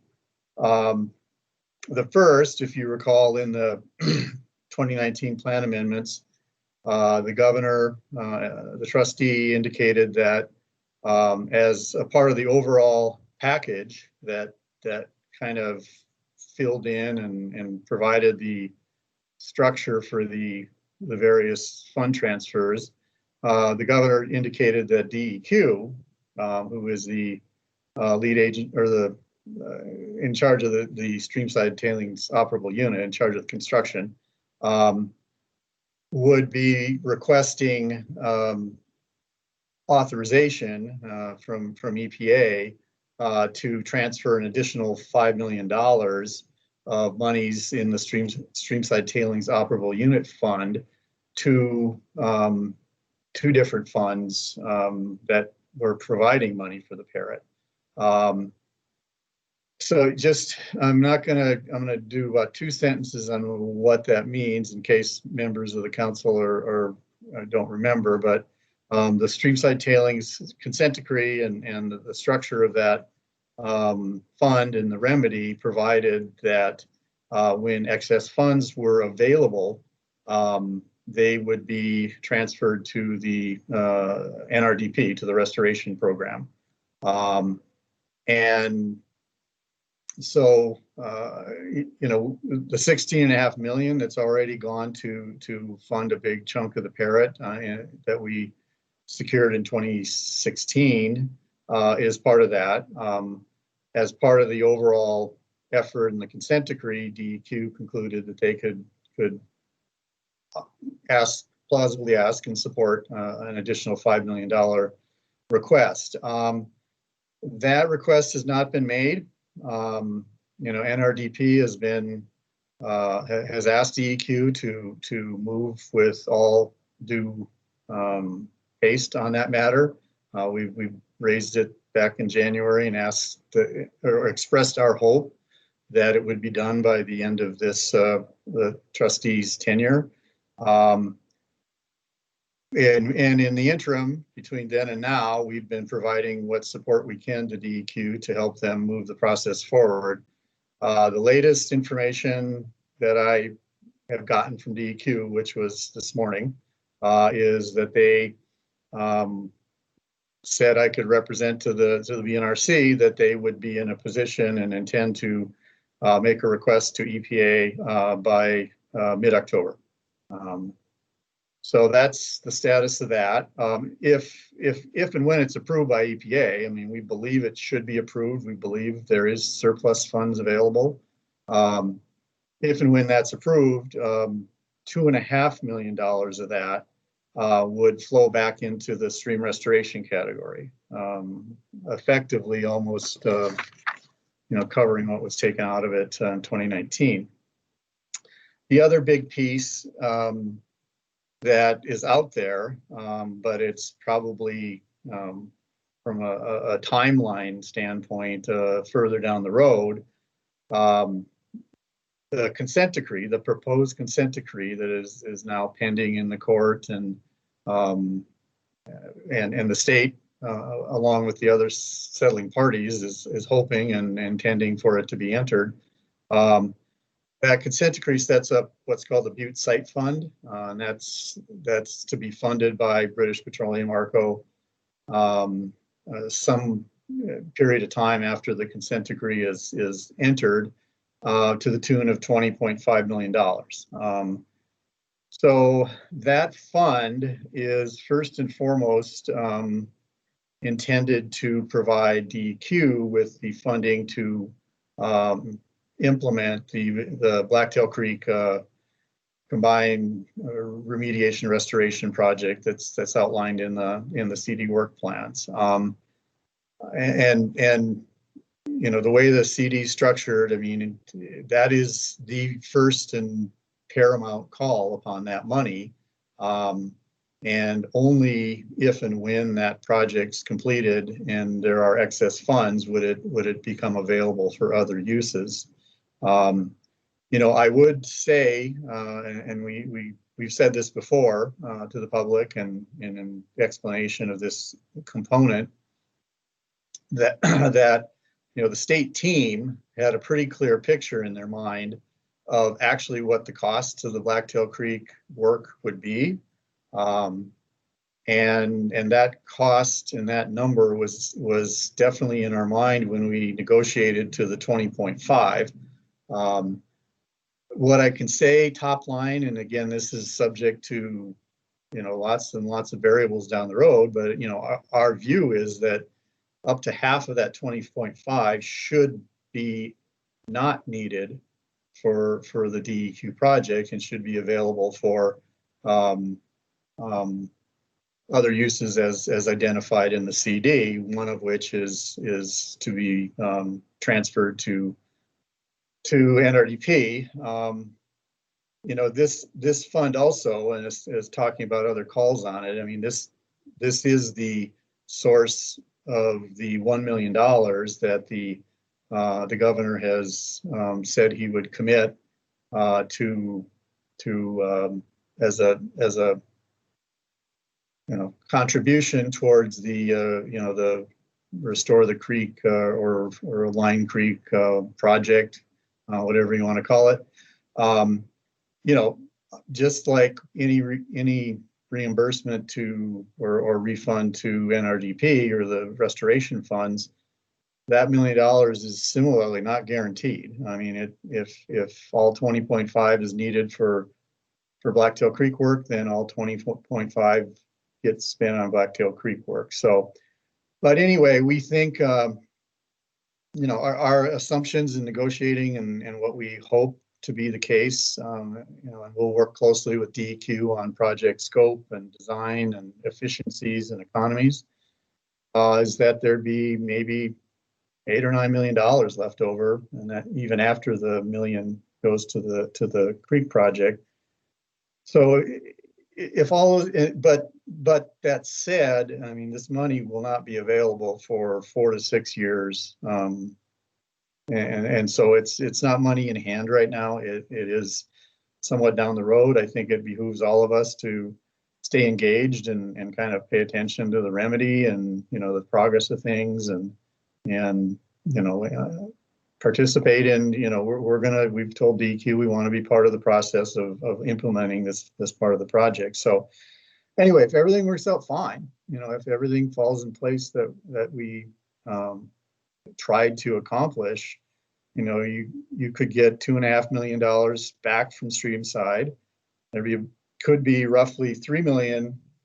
So say, for example, if $9 million is excess of Blacktail Creek and is excess of the $1 million for Line Creek, then the next step is that money would plug into the refund percentages that were set out in the 2019 plan amendments, and those percentages are actually set out in the top of the next page in the subparagraphs A, B, and C.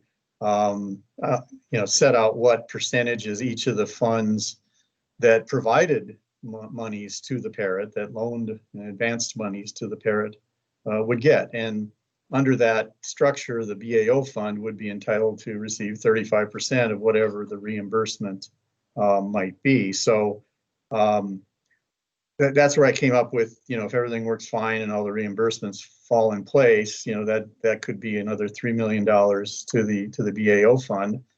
And if all those things fall in place, we actually end up pretty much back, and interest will accrue, and if we do have time, that will be a factor here. But we could very well end up back to more or less where we started at the beginning of 2019 before the fund transfers to the Parrot. So we think that will be a good outcome, and obviously both the Dnrc having a little more resources to think about and to allocate is better than not. I mean, so let's see. Moving to the next couple items. Oh my gosh, I'm trying to go fast, but this is a lot of stuff. So, you know, one of the other realities we need to discuss and you know, and well, discuss, you know, and that's what we're here for is, you know, what we do know and don't know. Now, everybody on the BNRC knows the fundamental principle that, you know, restoration is residual or leftover of remedy. You know, we do have a proposed consent decree that's out there and it's publicly known, but it hasn't been entered by the court. It's not legally final and binding. You know, we considered really carefully, and we also discussed with the consent decree parties, you know, what it is we could provide the BNRC by way of information on this. And, you know, there's stuff that's publicly available to all of you. And if any of you have any trouble finding it, you know, we can certainly, you know, help you find where it is and stuff. But as far as any kind of discussion about what specific remedy projects or design or anything like that that might come of this, you know, one, we can't tackle that right now because, well, the CD isn't final, and the consensus and the feeling of the CD parties is we need to keep our eye on the ball and get this consent decree done before, you know, we do that. And the second thing from the standpoint of our program is we're not necessarily the right people to talk about that. I mean, we're not the lead agency. We're not a settling defendant.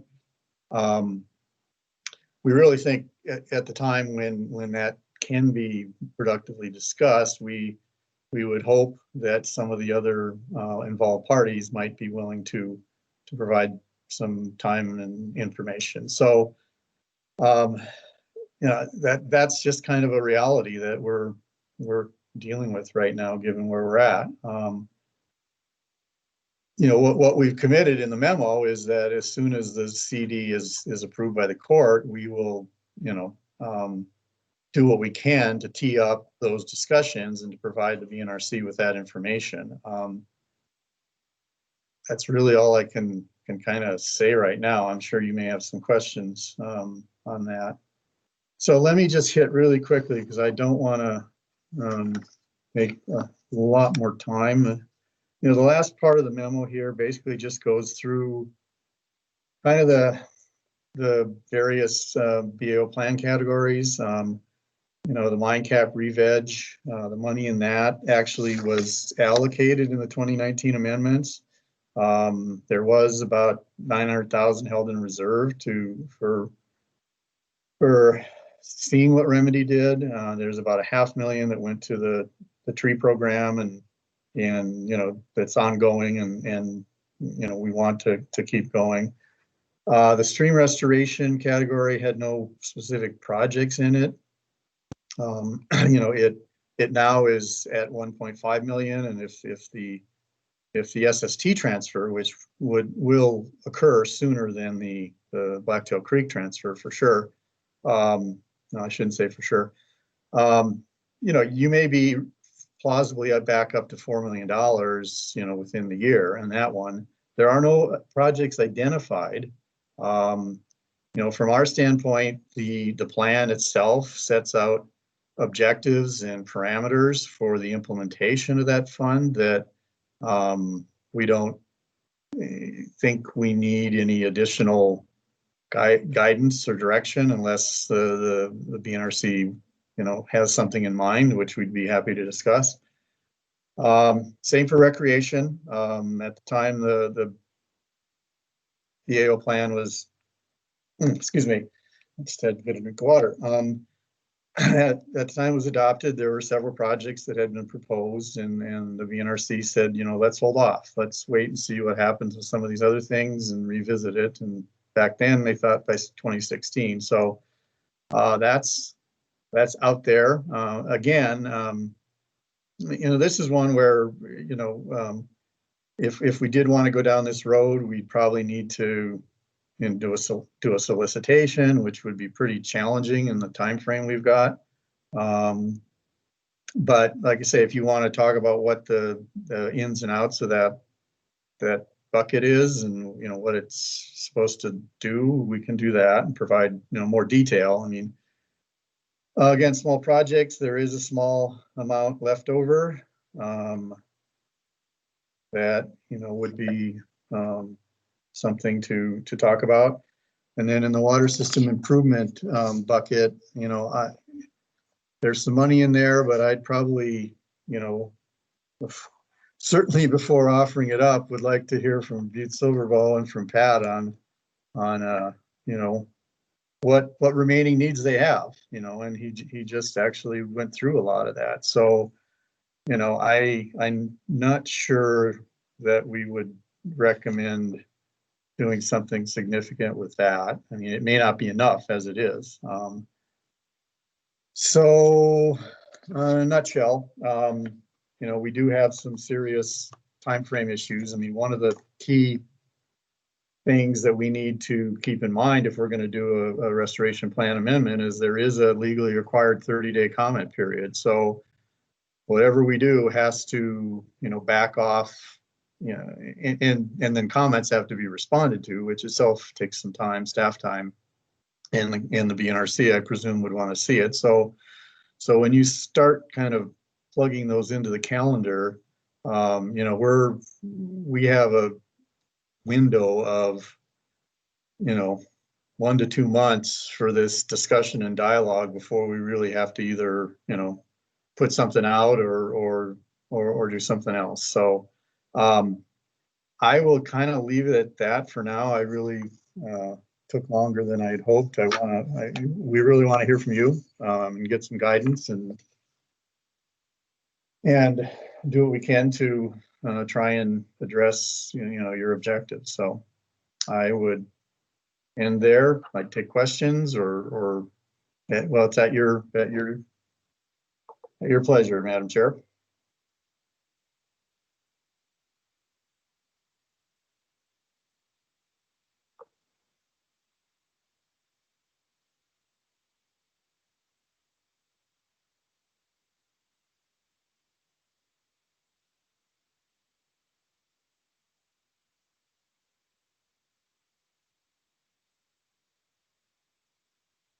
I can't hear anybody. Is anybody, are you talking, Elizabeth?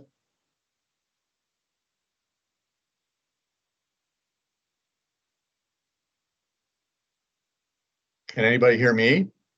I can hear you, Mr. Ray, Harley. Yes. Okay. Yes. Elizabeth, can you guys hear us in that room?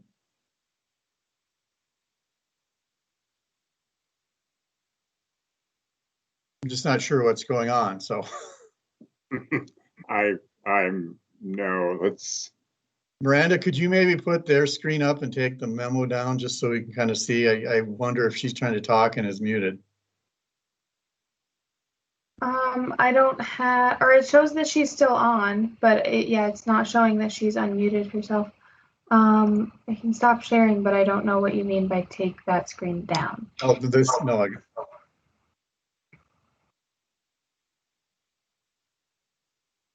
Can we just unmute her? It shows that she's. No, it's not giving me the option to unmute her. She has to unmute herself. Okay. Elizabeth, can you hear us? It does still show that she's there. Can you hear us? Because we can't hear you.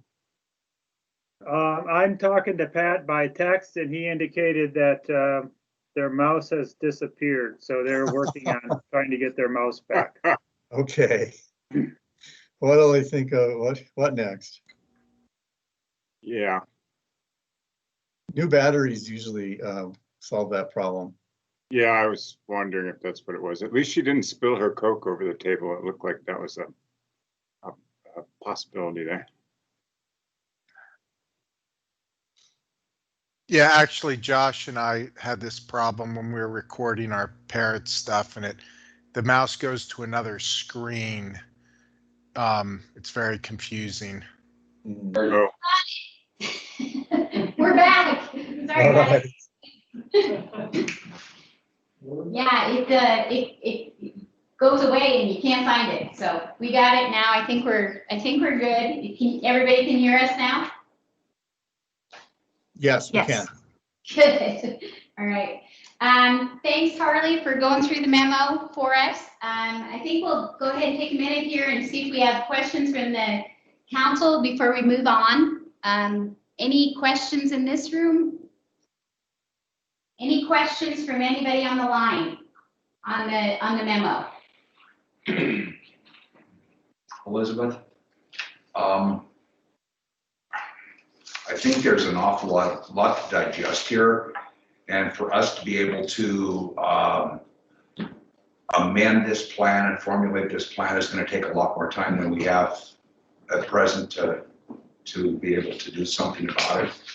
So I'm wondering if maybe it's not going to require you know, another meeting of some kind just to work on a plan. So that's my thinking at the moment, anyhow. That's a good comment. Go ahead, Dave. Yeah, this is Dave Williams. I think what Harley's put forward is there are a lot of moving parts, and I think Bill is exactly right. The best thing we can do is kind of develop a format to go forward with, because we aren't going to be able to solve this in 20 minutes or 2 hours. So that's what I'm thinking. And there's also part of that variable is exactly what's going to happen with the consent decree. And a lot of that we won't know, literally, we won't know for 3 or 4 years before things start moving and get constructed. And there may be things that we think we have to do that we may not need to do in the end. So there are a lot of moving parts. Great suggestions. You know, the other thing is the monies in the different pots they're in and how they're allocated and how they can shift from one pot to another. It's something we need to really look at and have an opportunity to study. Because I think the Silver Bow Creek corridor they refer to is down in front of the Chamber of Commerce and not the last or first mile, so to speak, from Texas Avenue down. So what's going to happen in that area, since ARCO has abdicated any responsibility, even though they redid the Silver Bow Creek corridor, which they were calling the Metro Storm Drain, and they put a flood of water down it, and the project didn't work. And even though the reverse French drains need to be looked at and maybe lowered, so they really are collecting stormwater and the groundwater that's flowing. I think there's a lot here that this group needs to look at and maybe come up with some options and some solutions. And I truly do not think the elk need another habitat. Go ahead, Emmett. Emmett Reardon, I think this is leading into your last agenda item regarding our thoughts on, you know, a lot of, I was just looking at the list of council members. Most of them weren't here when that plan was written. Exactly. And honestly, I haven't looked at it in a lot of years. So if nothing else, I do think we need a review so that the newer folks would know what's in it. Because I'd answer yes to all of the bullets on Harley's memo. That there's things that, if you recall, we wrote it and we thought the consent decree was going to be done like soon. And we were shooting in the dark. That's why like the recreation fund has $1 million, because we didn't know.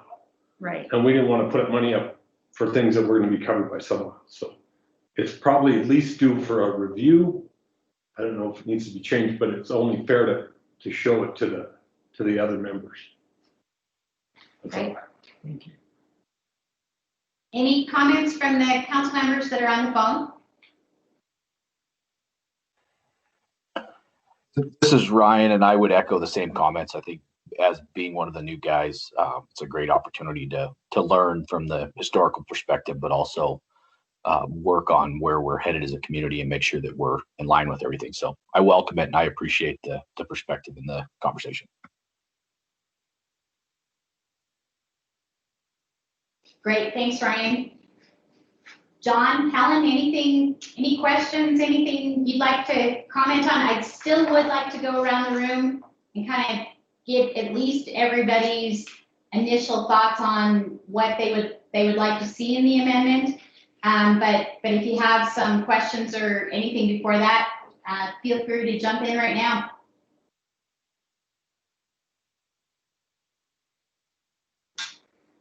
Well, I'll wait till we have our opportunity to comment. Great.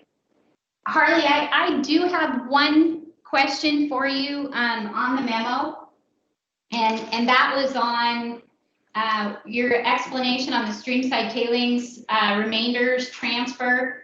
I was just wondering if you knew what the holdup on that was. Elizabeth, thanks for the question. So there are a number of, well, there are a number of things that go into the request, and I mean, this is primarily a matter that DEQ has been working on, and so my hesitation in speaking is I don't feel I can speak appropriately for them. What I can say is that, you know, the NRD program has been doing what it can to keep the issue, you know, up front and center, and it is a priority for our program. You know, we have had discussions with DEQ, and they have a number of factors that they think need to be addressed. You know, one, for example, that we've been told, and I guess is true, I mean, I know, is that EPA's got a new project manager on streamside tailings. So, you know, there's some delay in getting that person up to speed because he would have to be involved in any such decision. You know, we've had some back and forth on how we do the modeling of future costs and expenses. So again, you know, the question you pose is what's taking so long, what's the delay? I really, put me on the spot. I don't feel I can opine on that. I mean, that's, all I can say is that we have been doing our best to kind of keep it on the radar screen and keep it moving. Thanks, Harley. John, did I see your hand up? Yeah, along those same lines, when I see that $5 million request that would be let go of by DEQ on the streamside tailings remainder, and 2.5 would go to the BAO for stream restoration projects, where does the other 2.5 go? John, the other 2.5 was specified in the 2019 plan amendments to go to the Upper Clark Fork reserves. Doug, help me out here if I get this screwed up, but it was to go to the Upper Clark Fork to be allocated for work on Warm Springs Pond. That is correct, Harley. It would go to the per the amendment to the Warm Springs Pond area for restoration, investigation, and action. And just one other point on that. I mean, part of the reason for that structure was, I mean, obviously the Upper Clark Fork Fund was one of the funds that advanced substantial amounts of money to the Parrot Fund. So it was, you know, the governor viewed it appropriate to kind of reimburse back equitably. So hope that answers your question. And so I just want to make sure I'm understanding this correctly, but if that was, came through this fall, mid-October maybe, so that would go to that fund in mid-October. Boy, I'm thinking back to how it was done, and I wouldn't say it'd be that quick. Although my recollection is when the 2016 transfer occurred, it didn't take a long time. I mean, it's just kind of a, you know, the money is under an account under DEQ's control, and so it's not as if you know, cashier's check needs to be FedEx. I mean, it's just kind of transferred within the state budgeting system. But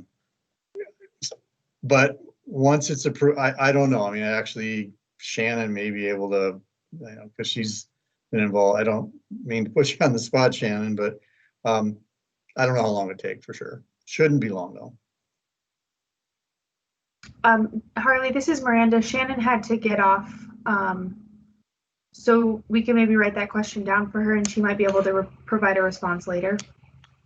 That's a good idea, right? We'll try and. This is Doug. It did not take long last time. It's a matter of EPA's approval.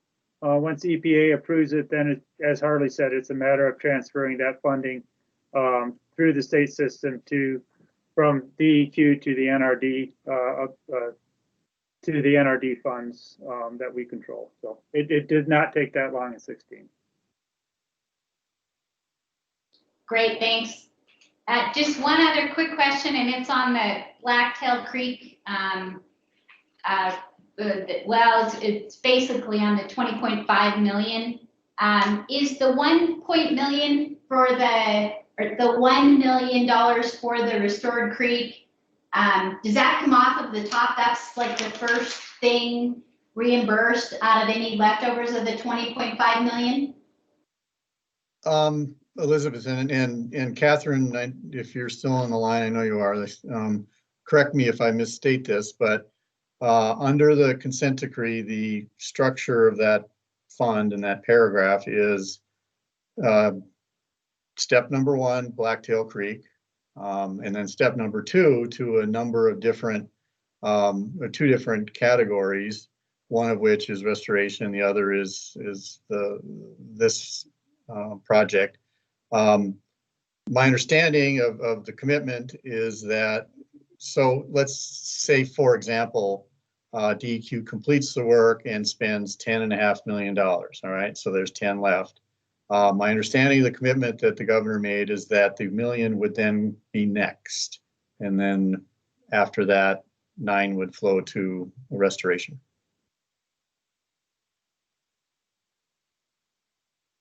Did I get that right, Catherine?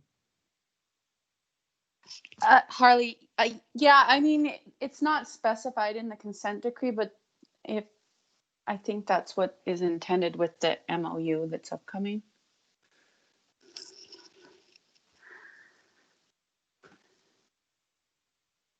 All right, are there any more questions from the council on the memo? Any questions? Oh, John, did I see you light up? No, actually, I didn't. I didn't unmute from the last time. Okay. Any questions from the public on the memo?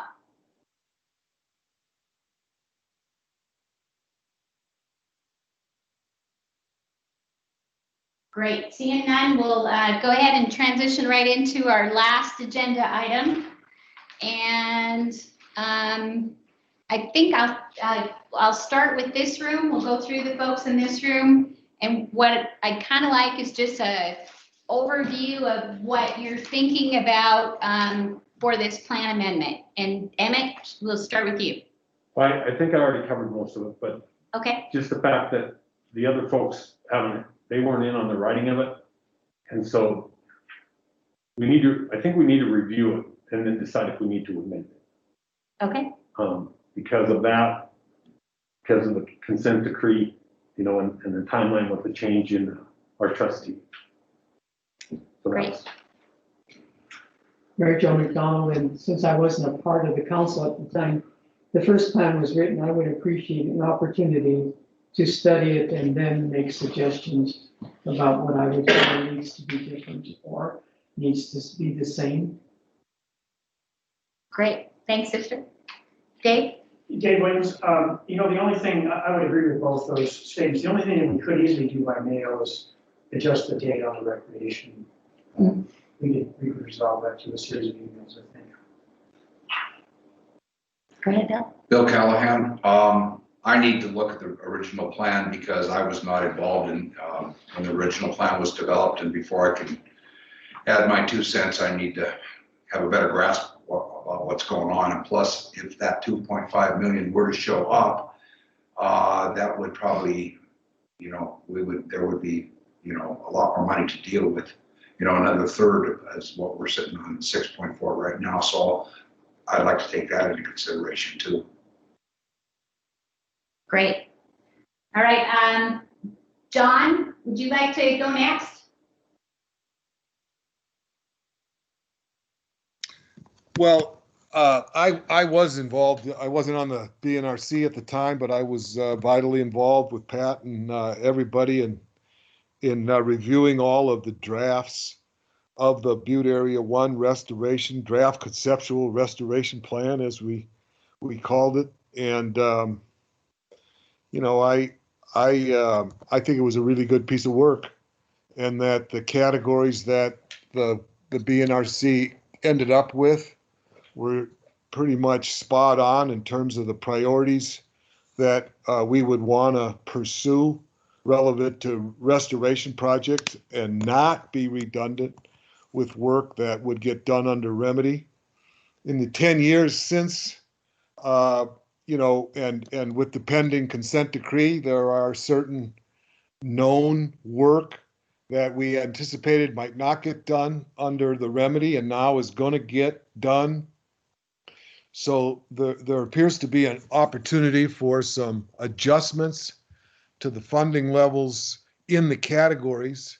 I don't see the necessity to create any additional categories, but to acknowledge work that'll get done under the remedy and shift dollars towards projects, restoration projects that won't get done under any remedial action.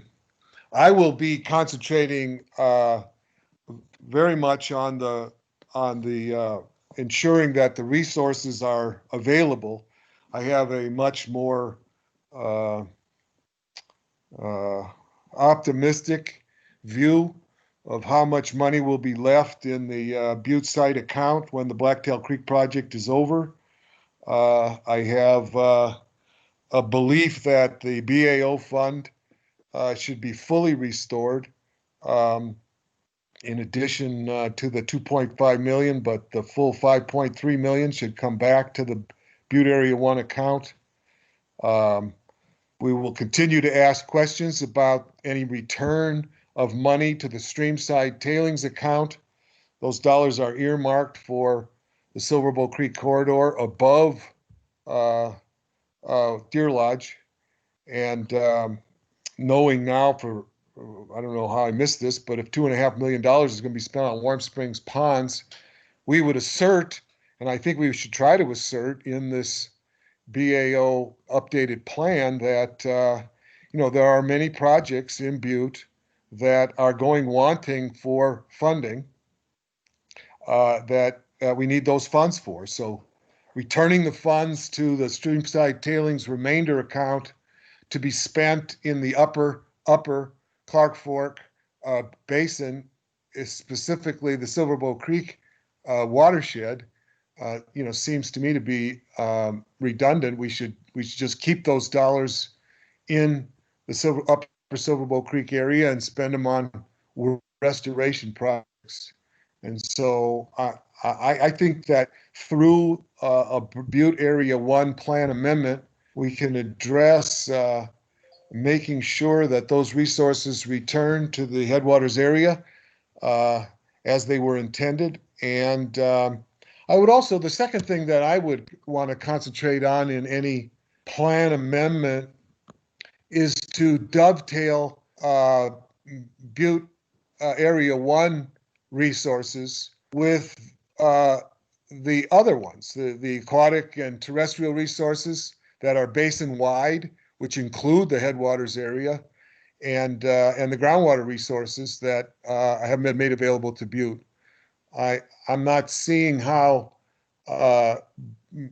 any projects in Butte have to come out of the Butte Area 1 fund that we should be equally eligible for dollars in the aquatic and terrestrial funds. As was mentioned earlier, the amendments to the aquatic and terrestrial re-ranked Basin Creek in the last set of amendments. So I would try to work on how amendments to the the Butte Area 1 restoration plan can dovetail with past amendments and maybe new amendments to the aquatic and terrestrial plans, so we can maximize the dollars that can be made available in the headwaters area. Blacktail Creek in particular, Basin Creek, Sand Creek, Silverbow Creek.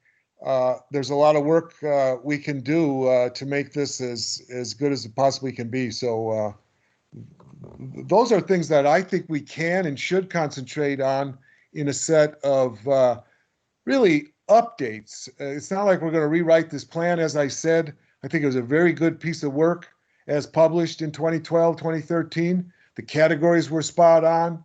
And, you know, I think we just got to sort of preserve the good work in that plan and then update it given the new realities of the consent decree finally getting done, the work that's embodied in the consent decree that affects the work we might have had planned under restoration 10 years ago.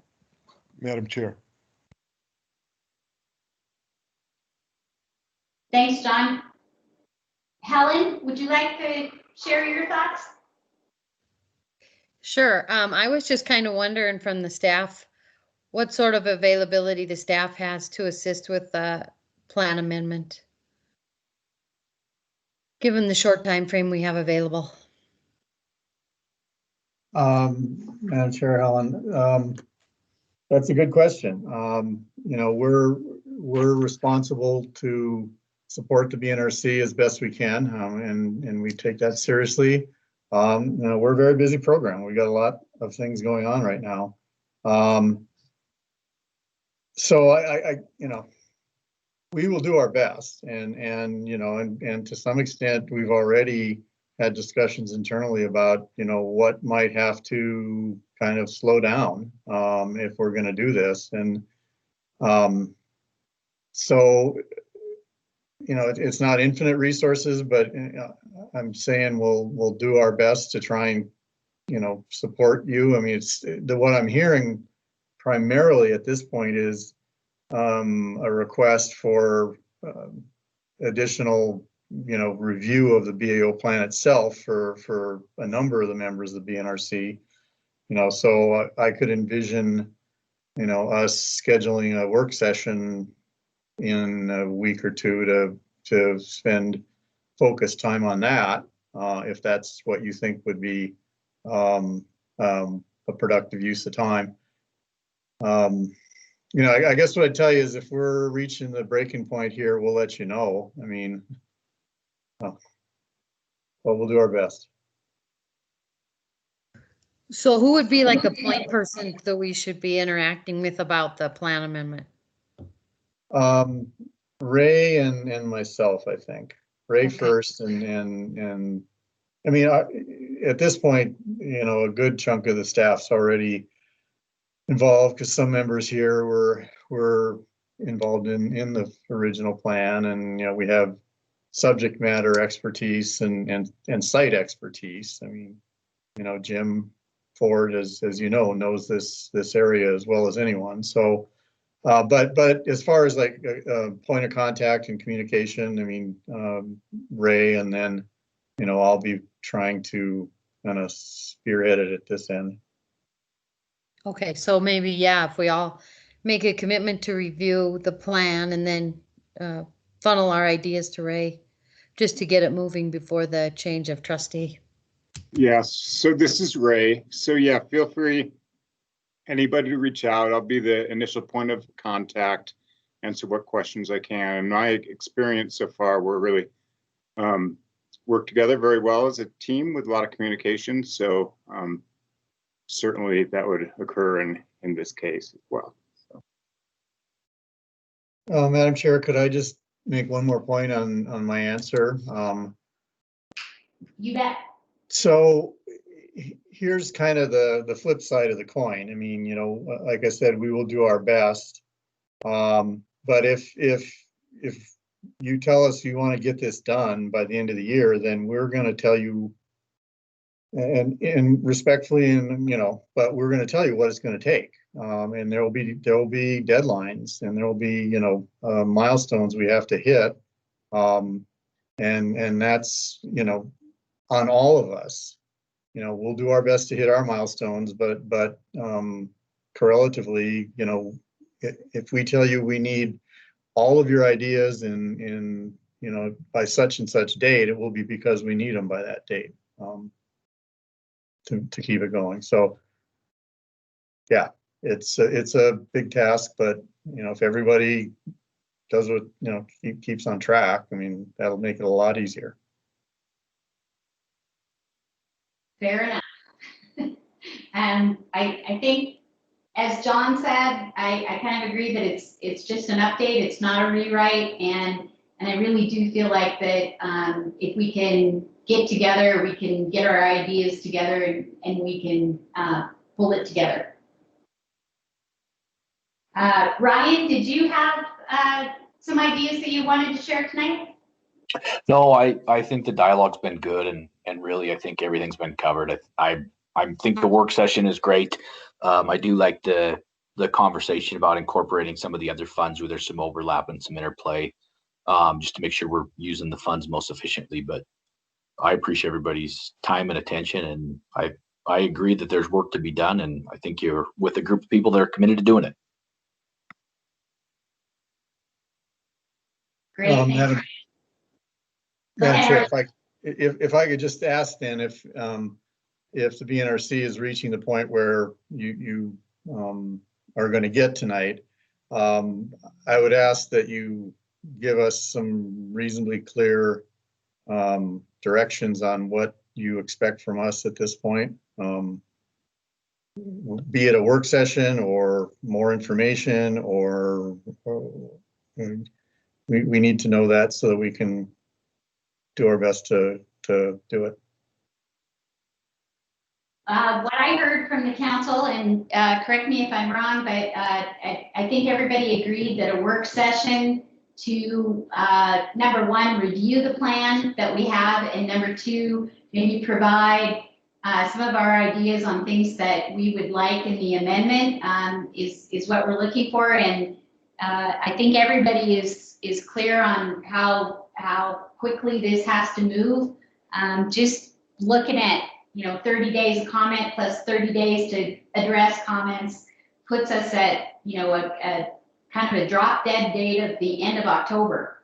So that's pretty quick to get stuff turned around.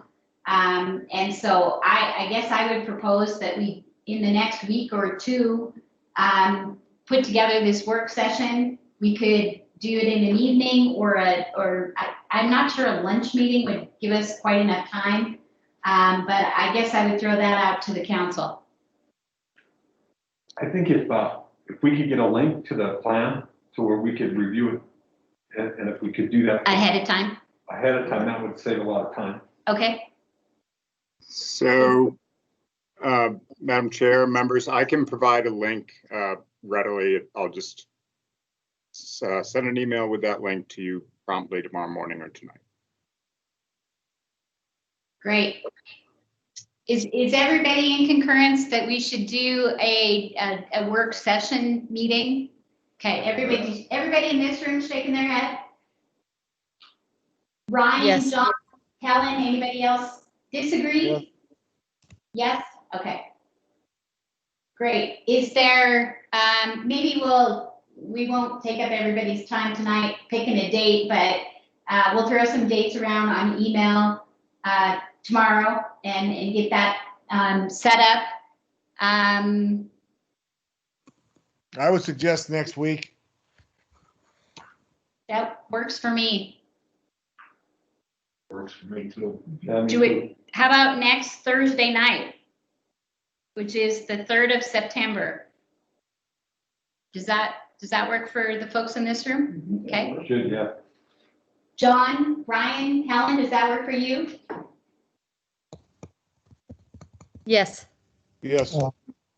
Madam Chair, I guess we will do our best to look at all our calendars and decide who we need and what we need to do and whether that will work. I just don't. Probably works for me, but I can't commit others. So we'll let you know tomorrow morning. Okay. All right. Anything else on this item? Any other comments from the council? No. Any comments from the public?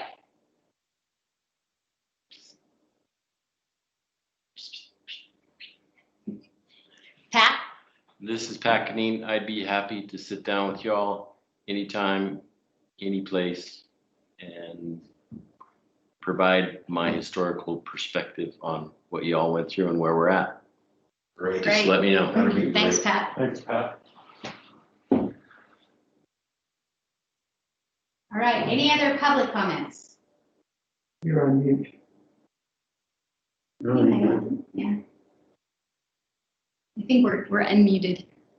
All right. Well, hearing nothing more, do we have a motion to adjourn? So moved. And a second? Any comments? With that, let's take a vote. All in favor? Aye. Aye. Any opposed? All right, meeting adjourned. Thanks, everyone. Thank you. No one ever opposes. So, Go ahead, Harley.